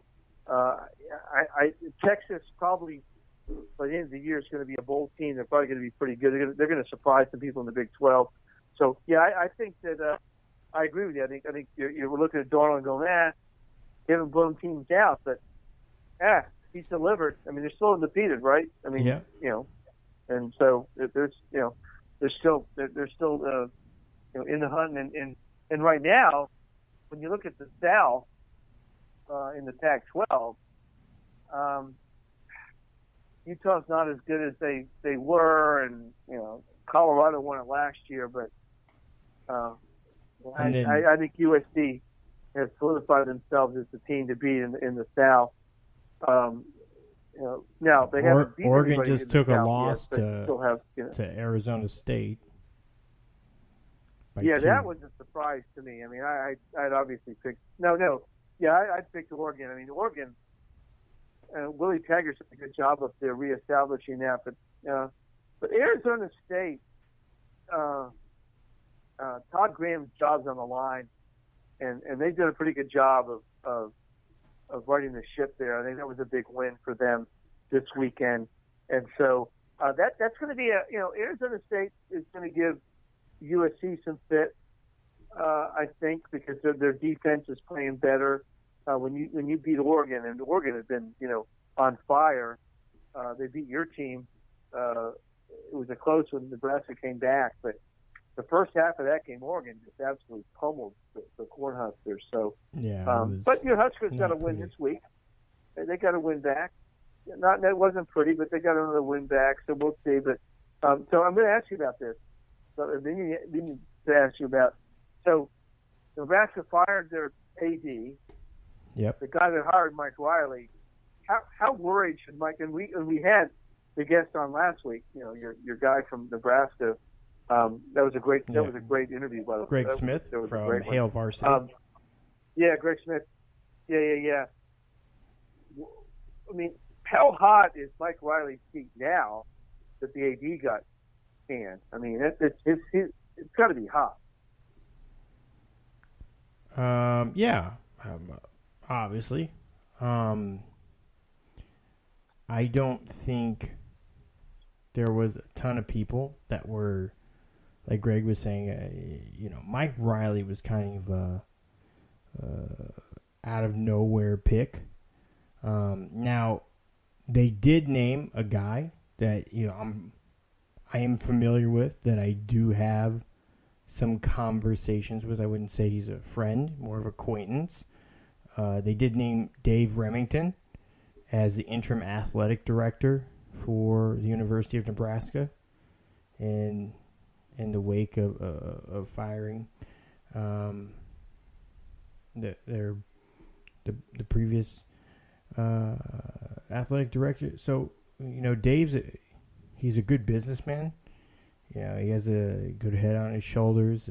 Again, another former Husker. Played in the league for Outland Award-winning center. Yeah. Outland Award-winning center, right? Yep. Yeah. So I wish I had time to take care of my portfolio, but I think he's was an admirable choice for interim. So we'll see where it goes from there. Again, I don't know if there's any interest in him being there long term, but again, it's just waiting to see where things go there. I'd have to go back and look but he, from what I remember, hasn't been too boisterous on the outing of the coaching staff. Yeah, I have to go back and check. None of the conversations that I've had with him have been he needs to go. It's, more critical on what they need Friday to night fix on the field. So Friday night, the Huskers are at Illinois. They should win that game. Illinois is okay, but not great. I think they should win that game. They should. Then you got Wisconsin and Ohio State. Okay. Yeah. So you got Wisconsin and Ohio State back to back at home. Can you go 1-1 there? I don't know. I'm not sure you can split those. I mean, that's And then the rest of the season, though, at Purdue, home against Northwestern, at Minnesota, there should be 3 wins. At Penn State and home against Iowa, the last 2 games of the season. I'm not confident that they can beat Wisconsin, Ohio State, or Purdue. I mean, this is looking like maybe not even a bowl team, right? Because the schedule is brutal. Yeah. So 2 losses. Illinois. Let's say Illinois win. Lost to Wisconsin. Lost to Ohio State. Lost to Purdue. Close game against, again, those are going to be close games against Northwestern and Minnesota the way things look. And probably another 2 more losses to Penn State and Iowa. So it's 1, 2, 3, 4, 5. That puts them at 7 losses. They might not be bowl eligible. Which means out of a bowl game. No bowl game. Which means Mike Riley's gone. New AD. Bring your new coach in. So I've seen things about maybe Scott Frost coming in. Yeah. Okay. Coach, so fiery guy. So some of the more influential or boisterous, whatever you want to call them, former Huskers alums like Jason Peter, just to name one, is a big advocate of Trev Alberts, who is the current athletic director at the University of Nebraska, Omaha. Some really good things there. Bringing him over from UNO to UNL. The funny thing is, actually, Dave doesn't live too far from there. I think he lives like in between Lincoln and Omaha. But if you go from Lincoln to Omaha, it's like a 35-minute drive anyway. So most people that live in cities make that commute anyways. So it's not a big deal to drive 30 minutes to work. And with a position like that, you're not necessarily coming in every day. You can do a lot of stuff from your home office. I'm sure they can do that or work that in. But either way. And then approaching Scott Frost as a new coach, Scott Frost. I think with what they want to do is to go back to core people that are coaching that are alumni, as well as people that understand what it is to win a national title. And Scott Frost was the last quarterback for the University of Nebraska to win a national title. He was actually the quarterback in the year that Tom Osborne retired. So he was the last quarterback for 98, Tom right? 98, 97, 98, yep. 97. Yeah. So 20 years, dude. Yeah. It's been 20 years. And then when they played Miami, I don't even think that Nebraska belonged in that game. I think that was more politics, knowing that people were going to watch it. There was more of a draw for Nebraska to be in that game than maybe some of the other schools. Yeah. So,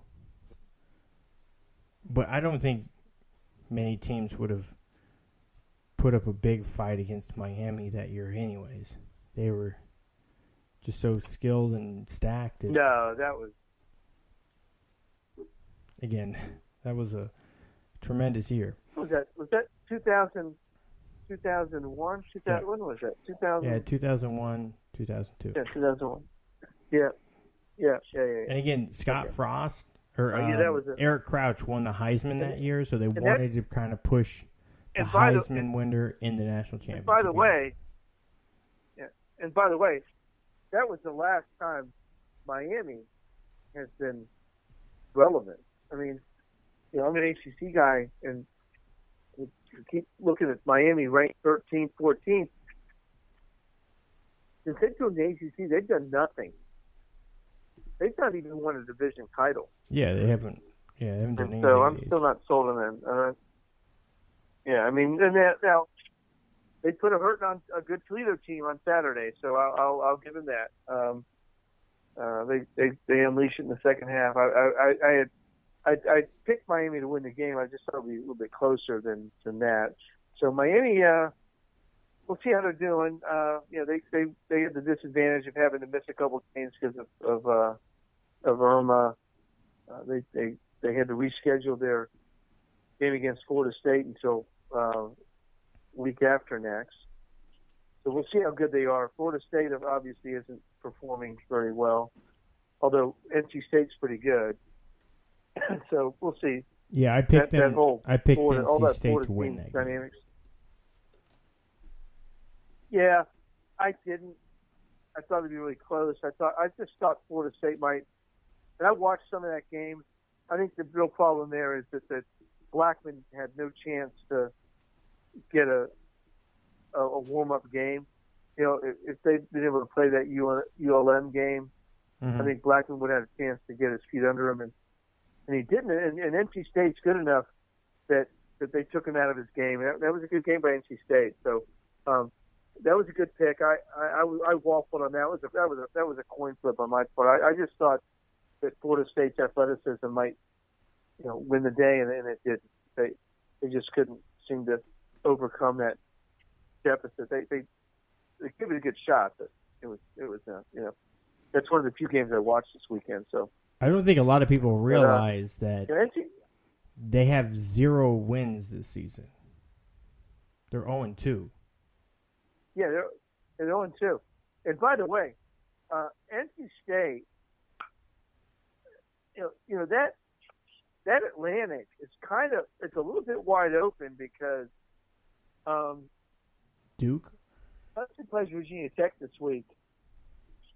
Duke's on the other side. Duke's in the Coastal. Are they a Coastal? But yeah, they're Coastal. But NC State could make some noise, could do some damage in that. They've already beaten Florida State. Clemson plays Virginia Tech this week, and that's my team. If the Hokies, and there's a chance we could pull out an upset in this game. We're 7-point underdogs. You get Clemson with 1 loss. NC State already beaten Florida State. Louisville with a loss against Clemson. That Atlantic can be wide open. An upset or two here or there. So there's some good teams in that half of the Atlantic Coast Conference. The Coastal's wide open. Virginia Tech, Georgia Tech, Virginia went up to Boise and beat the crap out of Boise State last Friday night. That was a beatdown. That was crazy. UNC's not very good, but yeah, Duke's 4-0. Okay. Wake Forest, actually, on the other side of the league in the Atlantic, they're going to beat somebody. Matthew, mark my word, they're going to beat one of those top teams in the Atlantic because their defense is relentless, and so watch out for Wake Forest in the ACC. They're going to beat somebody.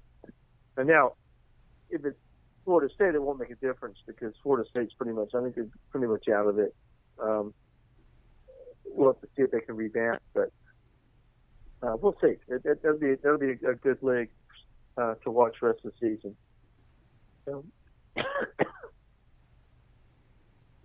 So I've got to check out here, man. It is my calling out time, so I got to check out. So it's been great. Hopefully we'll talk about the Clemson Virginia Tech game next week. Because hopefully the Hokies will. We'll take a look at LSU too, because I know a lot of people sold heavily on LSU after one loss to Mississippi State. So I don't know. I'll see where they go. Who then got beaten pretty badly by Georgia. The SEC is very interesting this year. College football is interesting this year. It seems like there's a lot of parity this year.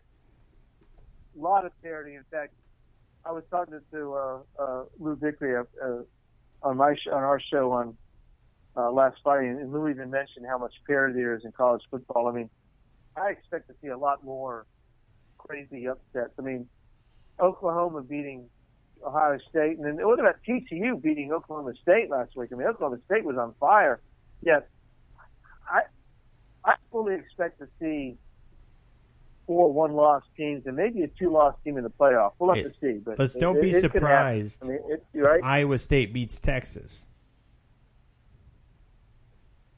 Is that this week? That's this week at Iowa State. Wow. That's a tough place to play. They only lost to Iowa by 3. Yeah, Iowa State's actually pretty good. I mean, they've got a team, so we'll see. So, all right, man. Well, I will talk to you next week. We'll be in touch in the meantime. So. All right, sounds good. Kevin Gress, ladies and all gentlemen. right, man. Out of here. Okay. All right. It's a lot. That's the thing is, like, people keep saying that football is just unwatchable. I don't know. I've never really struggled watching football anywhere. I'll watch arena football, Canadian football. I don't care. I'll just watch. I just like football, you know. It's never been an issue for me. Now, some of the – let me get back over here to the schedules and stuff. Again, that game is Thursday night as well. Also, to kind of get some people to get you understanding. So, Miami plays Duke Friday. Nebraska plays Illinois Friday, which is weird. BYU plays Utah State. And Southern Cal plays Washington State. All on Saturday. So, various stations. They're all televised games. Looks like all of them are on ESPN except for Nebraska's on FS1, and BYU and Utah State are on CBS SN. But that will be definitely some Nebraska, Illinois. I will watch, obviously, for obvious reasons. Miami Duke should be a really interesting game.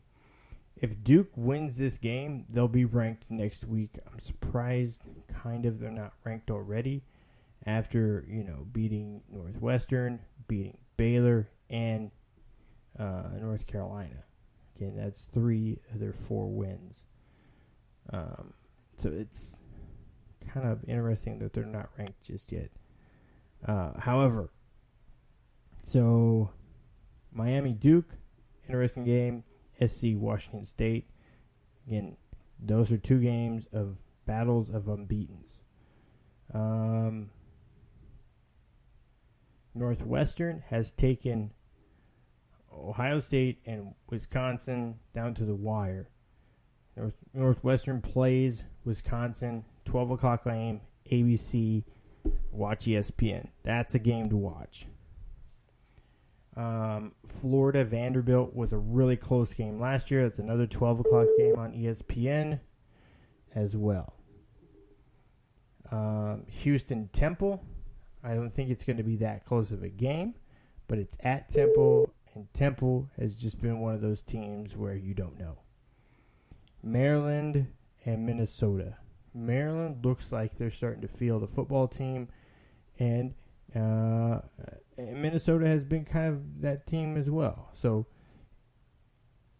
it could be an interesting watch if you're in a regional area and you want to look for something to watch, stuck in an airport, something like that. Tennessee and Georgia.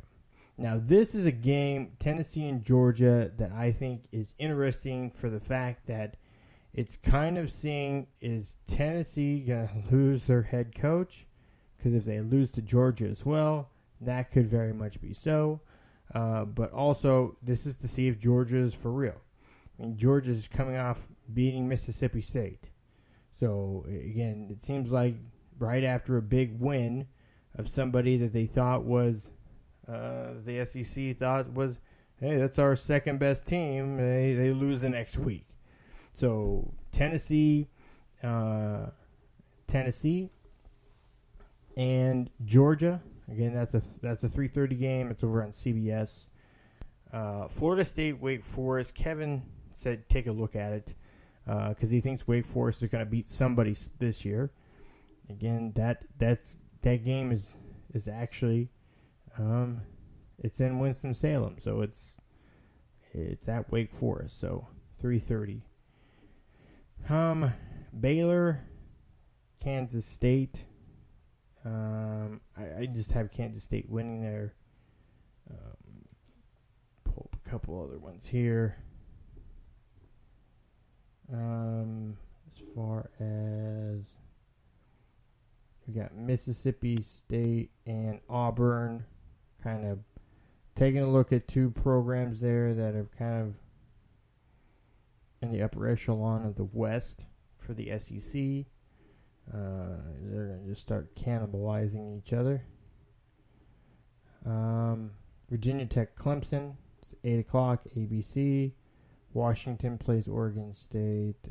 Oklahoma State, Texas Tech. Alabama, Ole Miss. Now, Ole Miss has won 2 of the last 3 years against Alabama. Now, the game that I'm interested in, that I'll watch, it's a West Coast game. It's San Diego State is hosting Northern Illinois, who just beat Nebraska in Lincoln. So how did they come off that win against Nebraska, and was what they did, can that translate over to beating San Diego State? That's the case, they may have more of an argument there. And then another late game I'm going to watch is Oregon and Cal. Cal is one of those teams that their defense has gotten better, and I think that's what has helped them win. They're holding opponents. I mean, even look at this. Ole Miss, the 16. NC State scored 30, but everybody else has scored 20 or less. They held Southern Cal to 20 points last week in a loss. But it was a close game. It was theirs to win. Sam Darnold did a good job of bringing them back. So this week is against Oregon. Like I said, it's a 10:30 game. They will be going up to Eugene. The game will be over on FS1. So that's another game, late game I'm going to watch.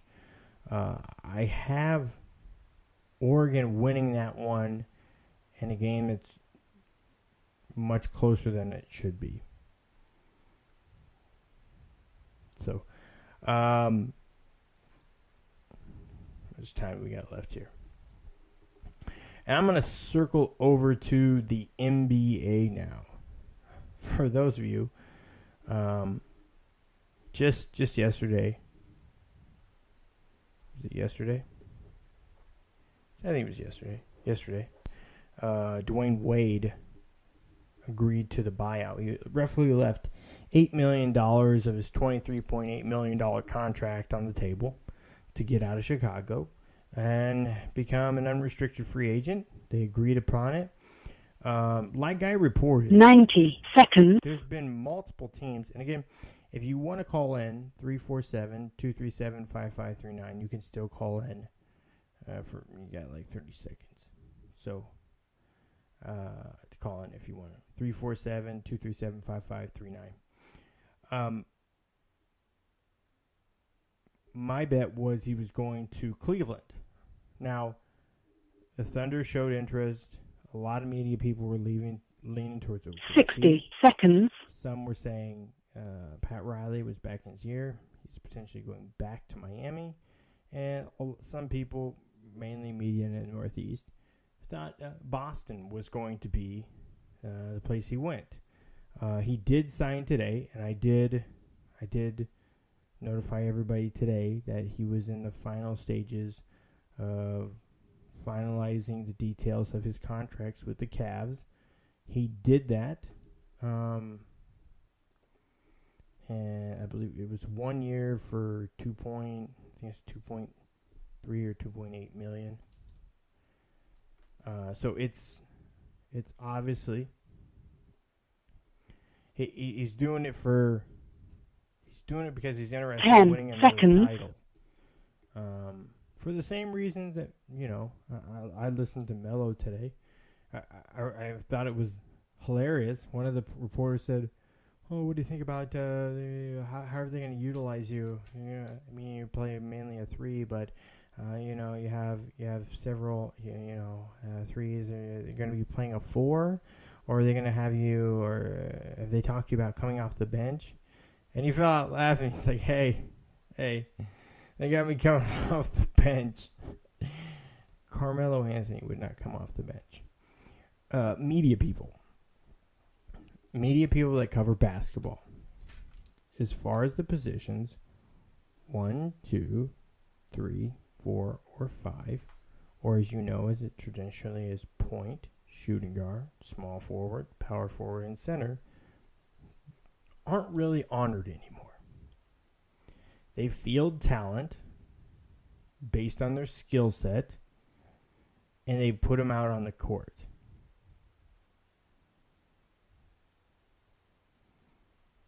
Let that soak in for a second.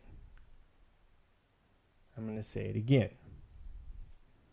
What we call traditionally as positions: point guard, shooting guard, small forward, power forward, center. It's still kind of used, but for the most part, the positions really aren't utilized in their traditional way anymore. They will field the talent based on their skill set at various times during the game.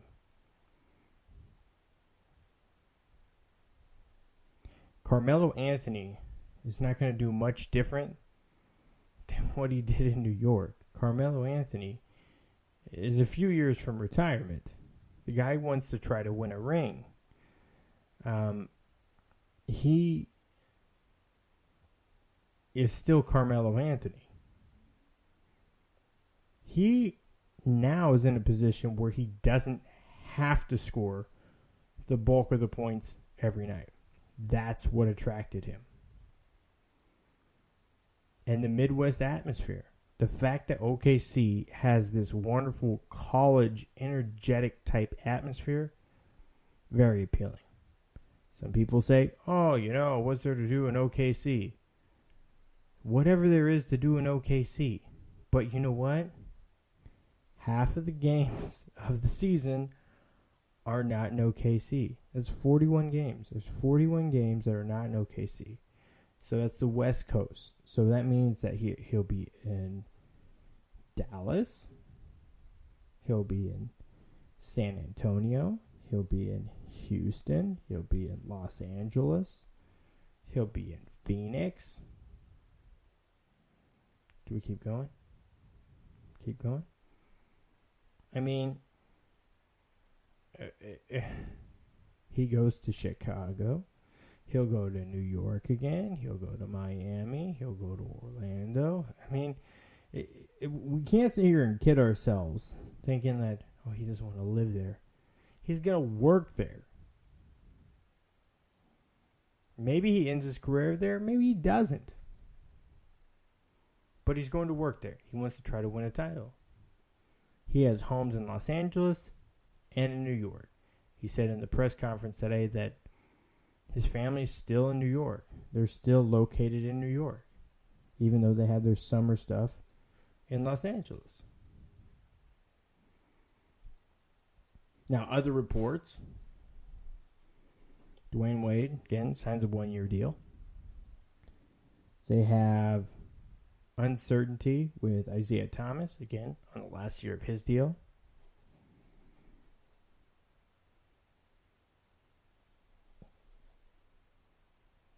And now they're going to be looking at LeBron, again, can opt out and be done.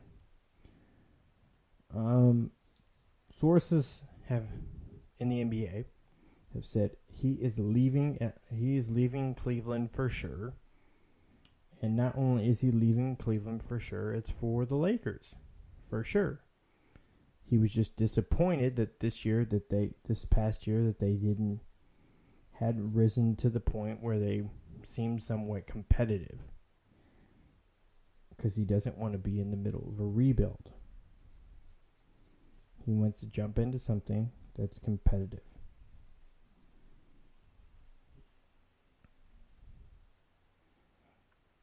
Paul George is on the last year of his deal. Melo has a couple more left. And so does West.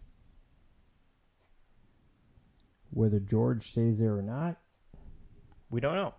We won't know. He's in a good situation, it looks like right now.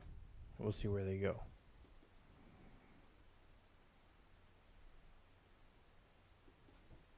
But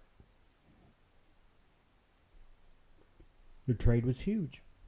They made it happen. Melo's out of New York. New Yorkers have one less thing to complain about for now. Now, on the other side of it,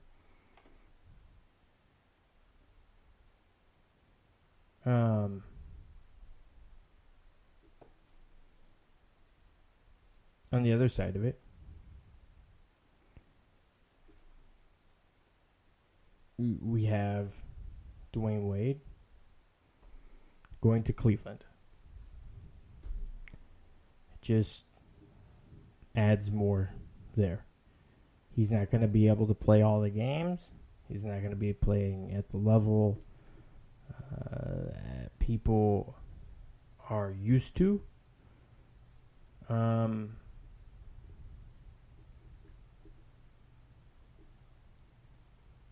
He's veteran depth. Excuse me. He's veteran depth at this point. So not too high of expectations there. You can't be too worried about it. But it does make for talk. It does make for interesting conversation. I'll have something out later this week on it. So as some new stuff becomes available as well. As far as the NFL goes, I'll touch on it briefly. Again, tonight's going to be a shorter show. So let me get into some of the bigger matchups this week. Is this week 4 now? Yeah, there we go. So that's weird. Now with Jacksonville playing the way that they have, their only loss coming into the Titans, they obviously have a great chance to win this week against the Jets. They go to the Jets this weekend. Why is gave me preseason.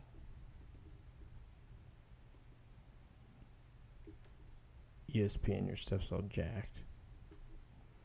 Thursday night game this week is, yeah, that's right. Chicago is traveling to Green Bay. Chicago has been kind of surprising this week. They've been remarkably in games. They beat the Steelers. They could have beat the Falcons. And at one point in time, no point in time. At no point in time did it look like they were going to beat Tampa. But the Falcons was a winnable game, and they beat the Steelers. And the Steelers had a kumbaya moment. Oh, by the way, I just wanted to share an update. I'm not going to get into the whole protest. I really don't want to. I feel like it's been talked about ad nauseum. And, free speech is free speech. Whether you like what they say or don't, it's free speech. It's their First Amendment right. And your rights to disagree with them. So, it is what it is, Silent protests, peaceful protests are allowed as part of freedom of speech. The same way as companies are allowed to donate money as a part of free speech. So, again, those are how it's set up. You may not like it. I may not like it. But that's how it's set up. Those are the rules. Those are the laws. You can't limit. You can't. They got their free speech. What can I say? Whether you agree with it or not. Now,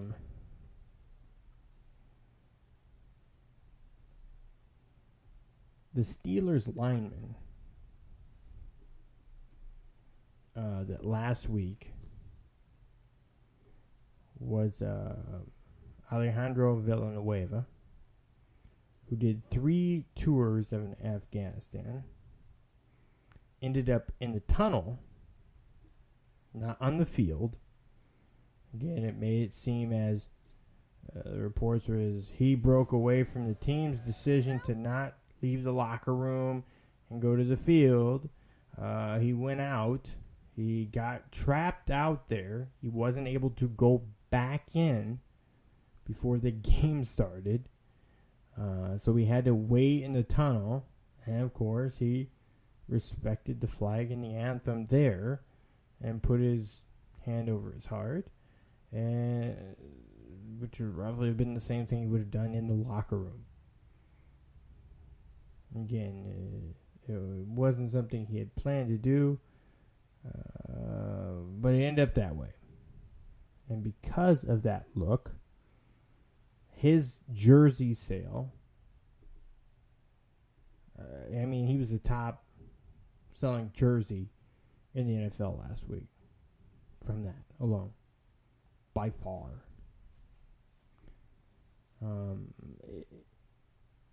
Again, he came out yesterday and basically was like, hey, I didn't mean to go stand away from my team. I was going to stay solid with my team. They wouldn't let me back in. So I don't know if that means people are going to burn jerseys or take them back. But that's what he said.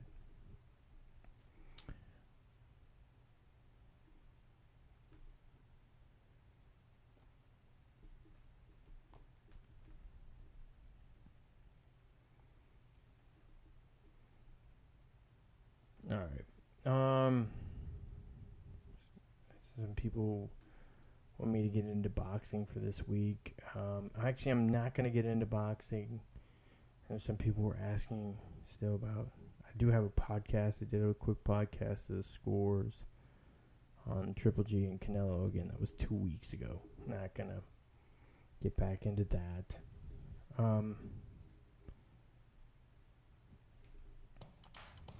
What brings you here? You okay, Dad? Yeah, that's pretty much all. I'm going to wrap it up there for this week. Hope y'all have a great evening.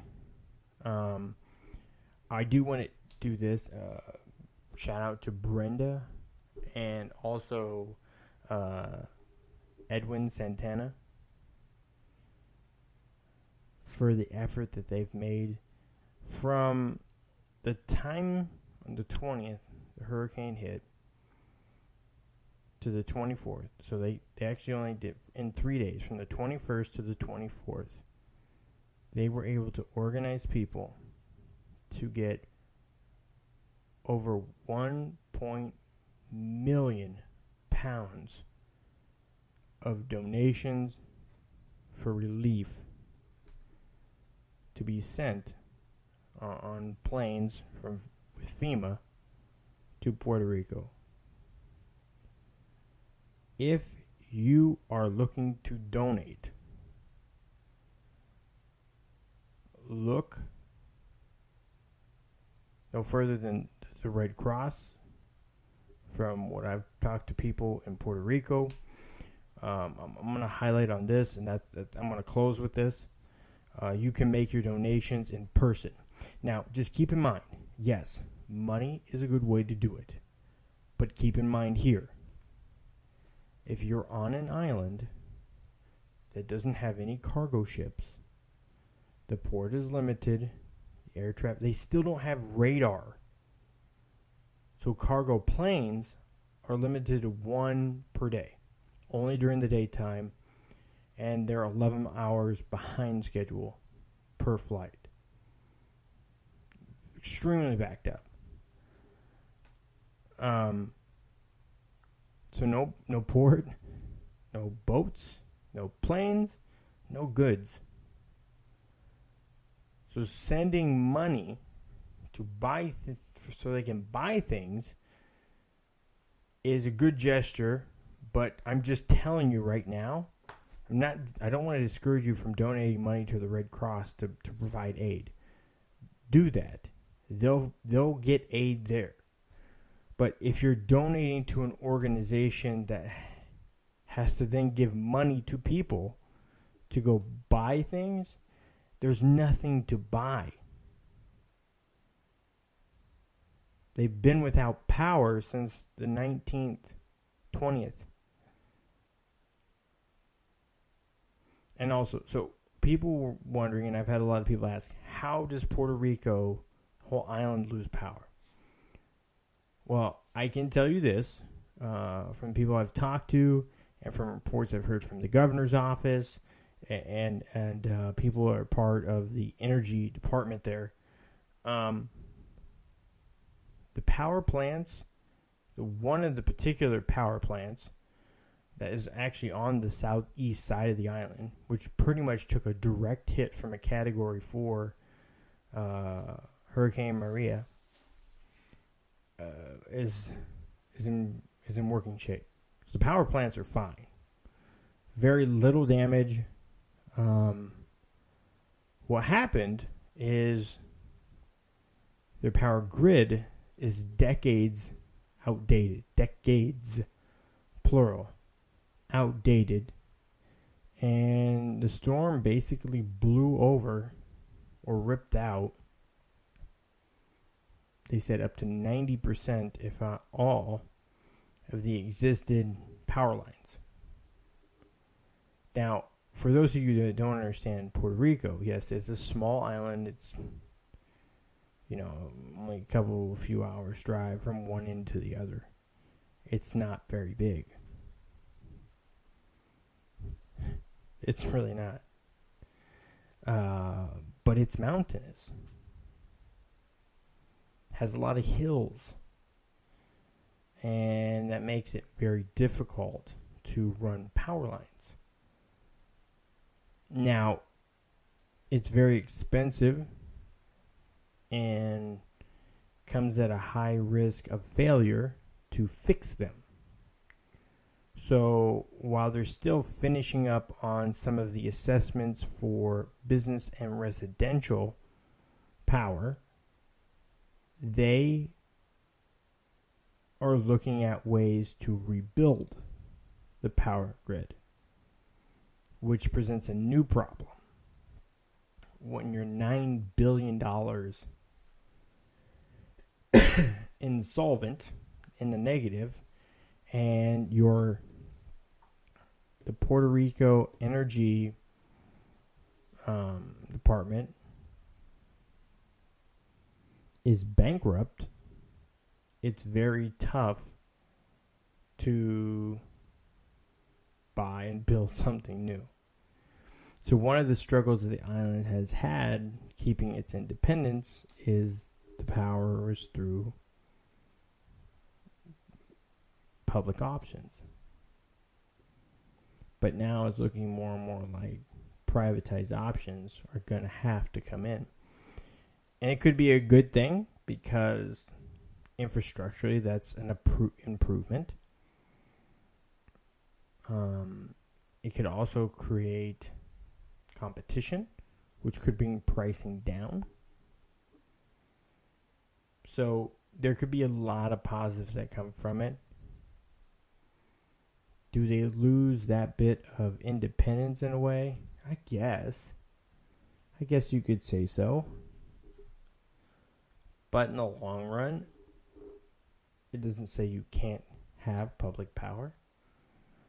And you'd just be competing with public power. So, again, you get another horse in the race, the odds change. You're not betting usually so much on one horse. There's 3 horses in the race. So, they have to jockey for position and competition. So, the way they charge could possibly affect that for the citizens on the island. Now, I also understand that there's going to be more push for agricultural means. It's tough because it's mountainous. It's what I understand, they don't do as much. However, mountainous regions, trees and fruits and stuff are habitable there, so they're going to look at how can they increase their agricultural output. So if you are a student at an agricultural school, reaching out to the university or reaching out to the island of Puerto Rico might be a very good option. 2 schools I know are good ag schools, the University of Nebraska and the University of Florida.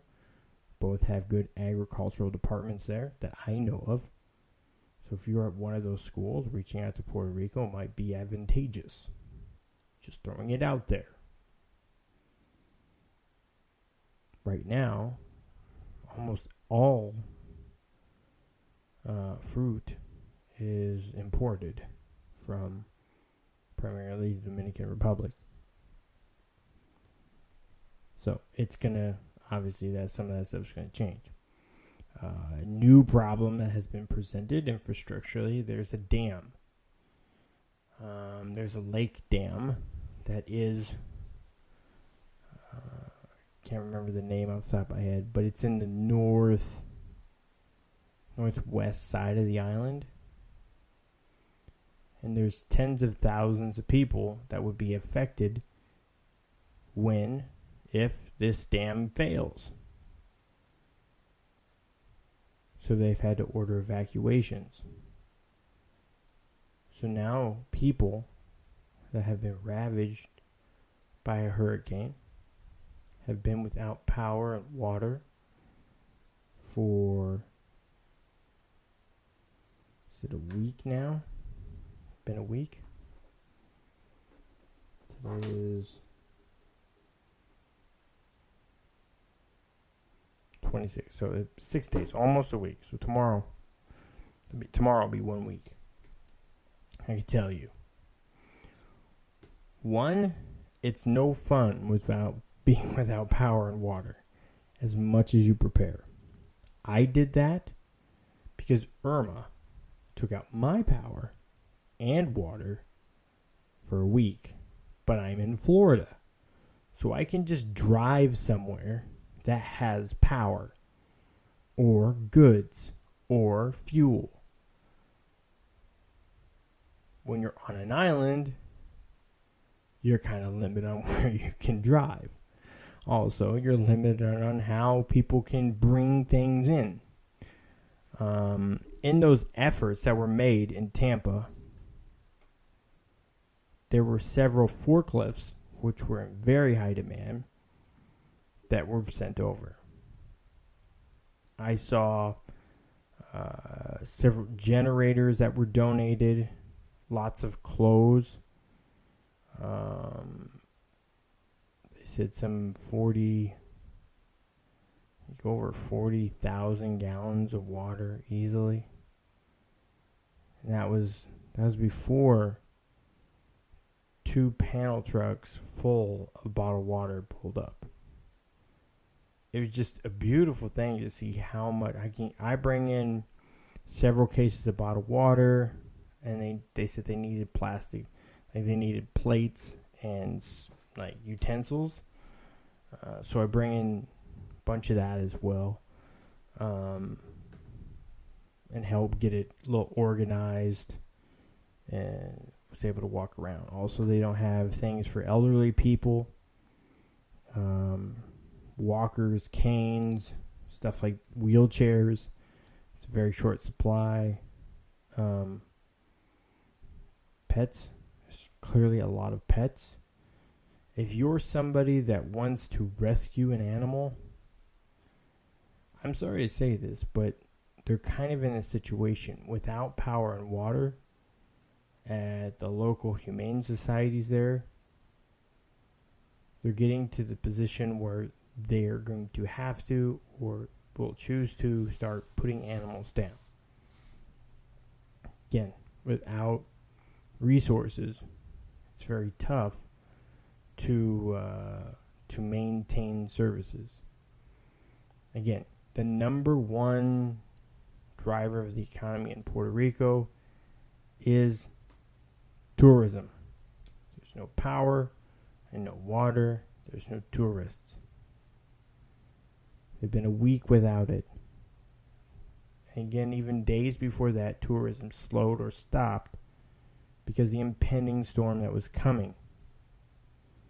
And then the week before that, don't forget, they had Irma dealing with.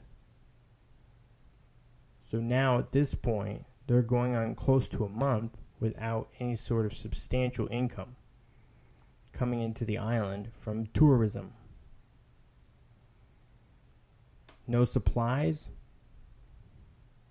That could mean no businesses, even if you have a generator, which jails, hospitals, running off generators. The airport is running off a generator. So if you have too many businesses focused on running off generators, that creates a new problem with a fuel crisis. Again, it's tough to get planes and ships into the island still. The port's only open during the day because of debris and things that are still in the water. So it's tough to maneuver. They have no radar at the airports. So the communication has to be very precise. People aren't lingering on taxiways. They're being taxied out once they know the airstrip is available for them. It's been tremendously complicated. They're saying 3 to 6 months without power. They're trying to push having most power back in 2 months to 3 months. 3 months being the max. But again, the estimate up to 6 months is simply because it's a lot of mountains, a lot of hills, valleys. There are roadways, literally roadways, that were washed away by the flooding and the storm. There's houses and buildings that don't exist. They have to be rebuilt.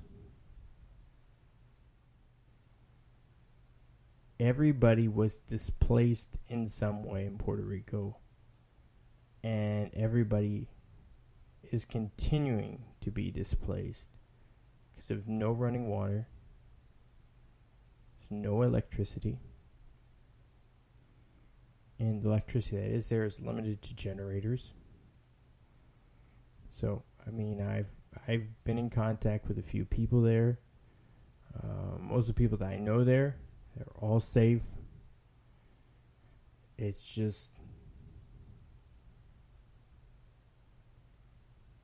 just incredible what has to be done. The amount of cleanup, what they have to do to get life back to somewhat normal. I'm looking here just so people realize the amount of trees that fell down were substantially more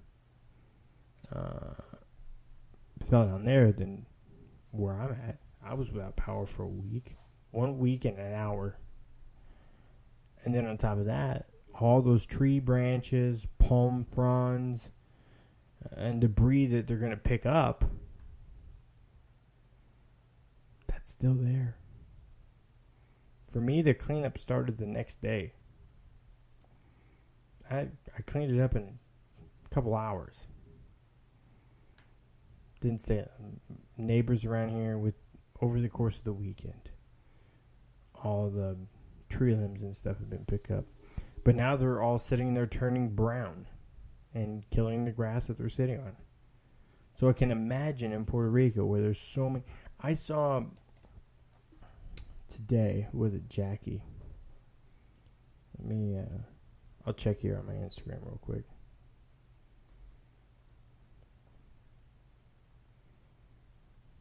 I was conversating with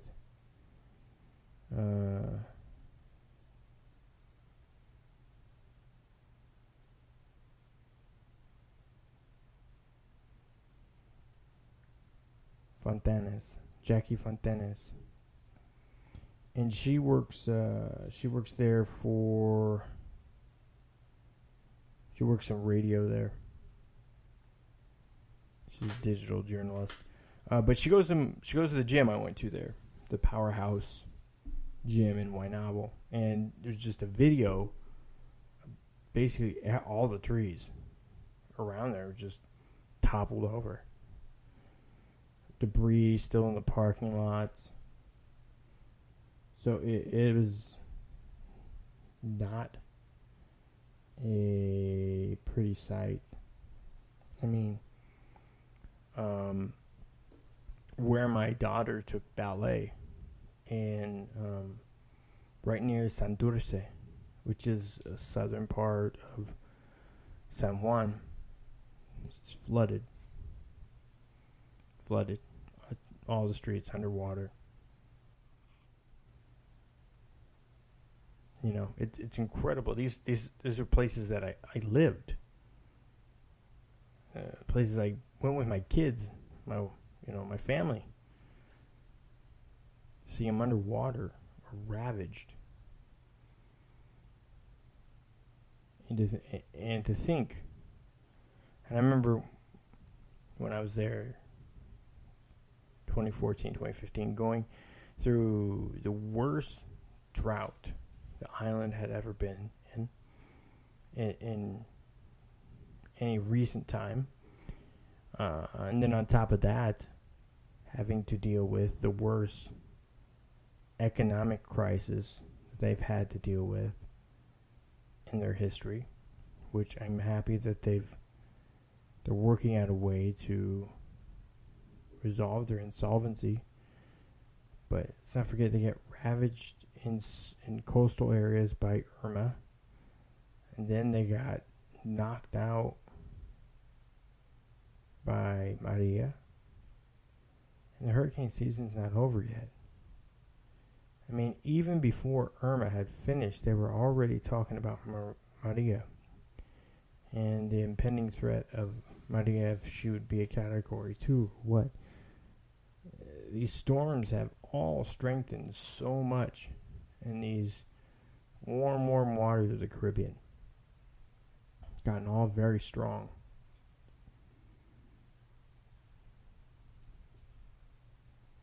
Yeah, it's just, again, it's heartbreaking.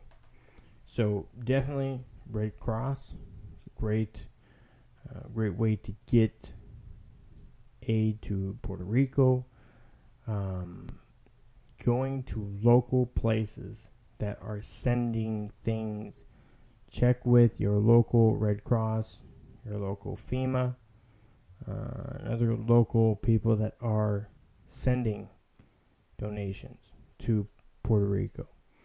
I have sent for a couple years now. A lot of people see Venezuela stuff.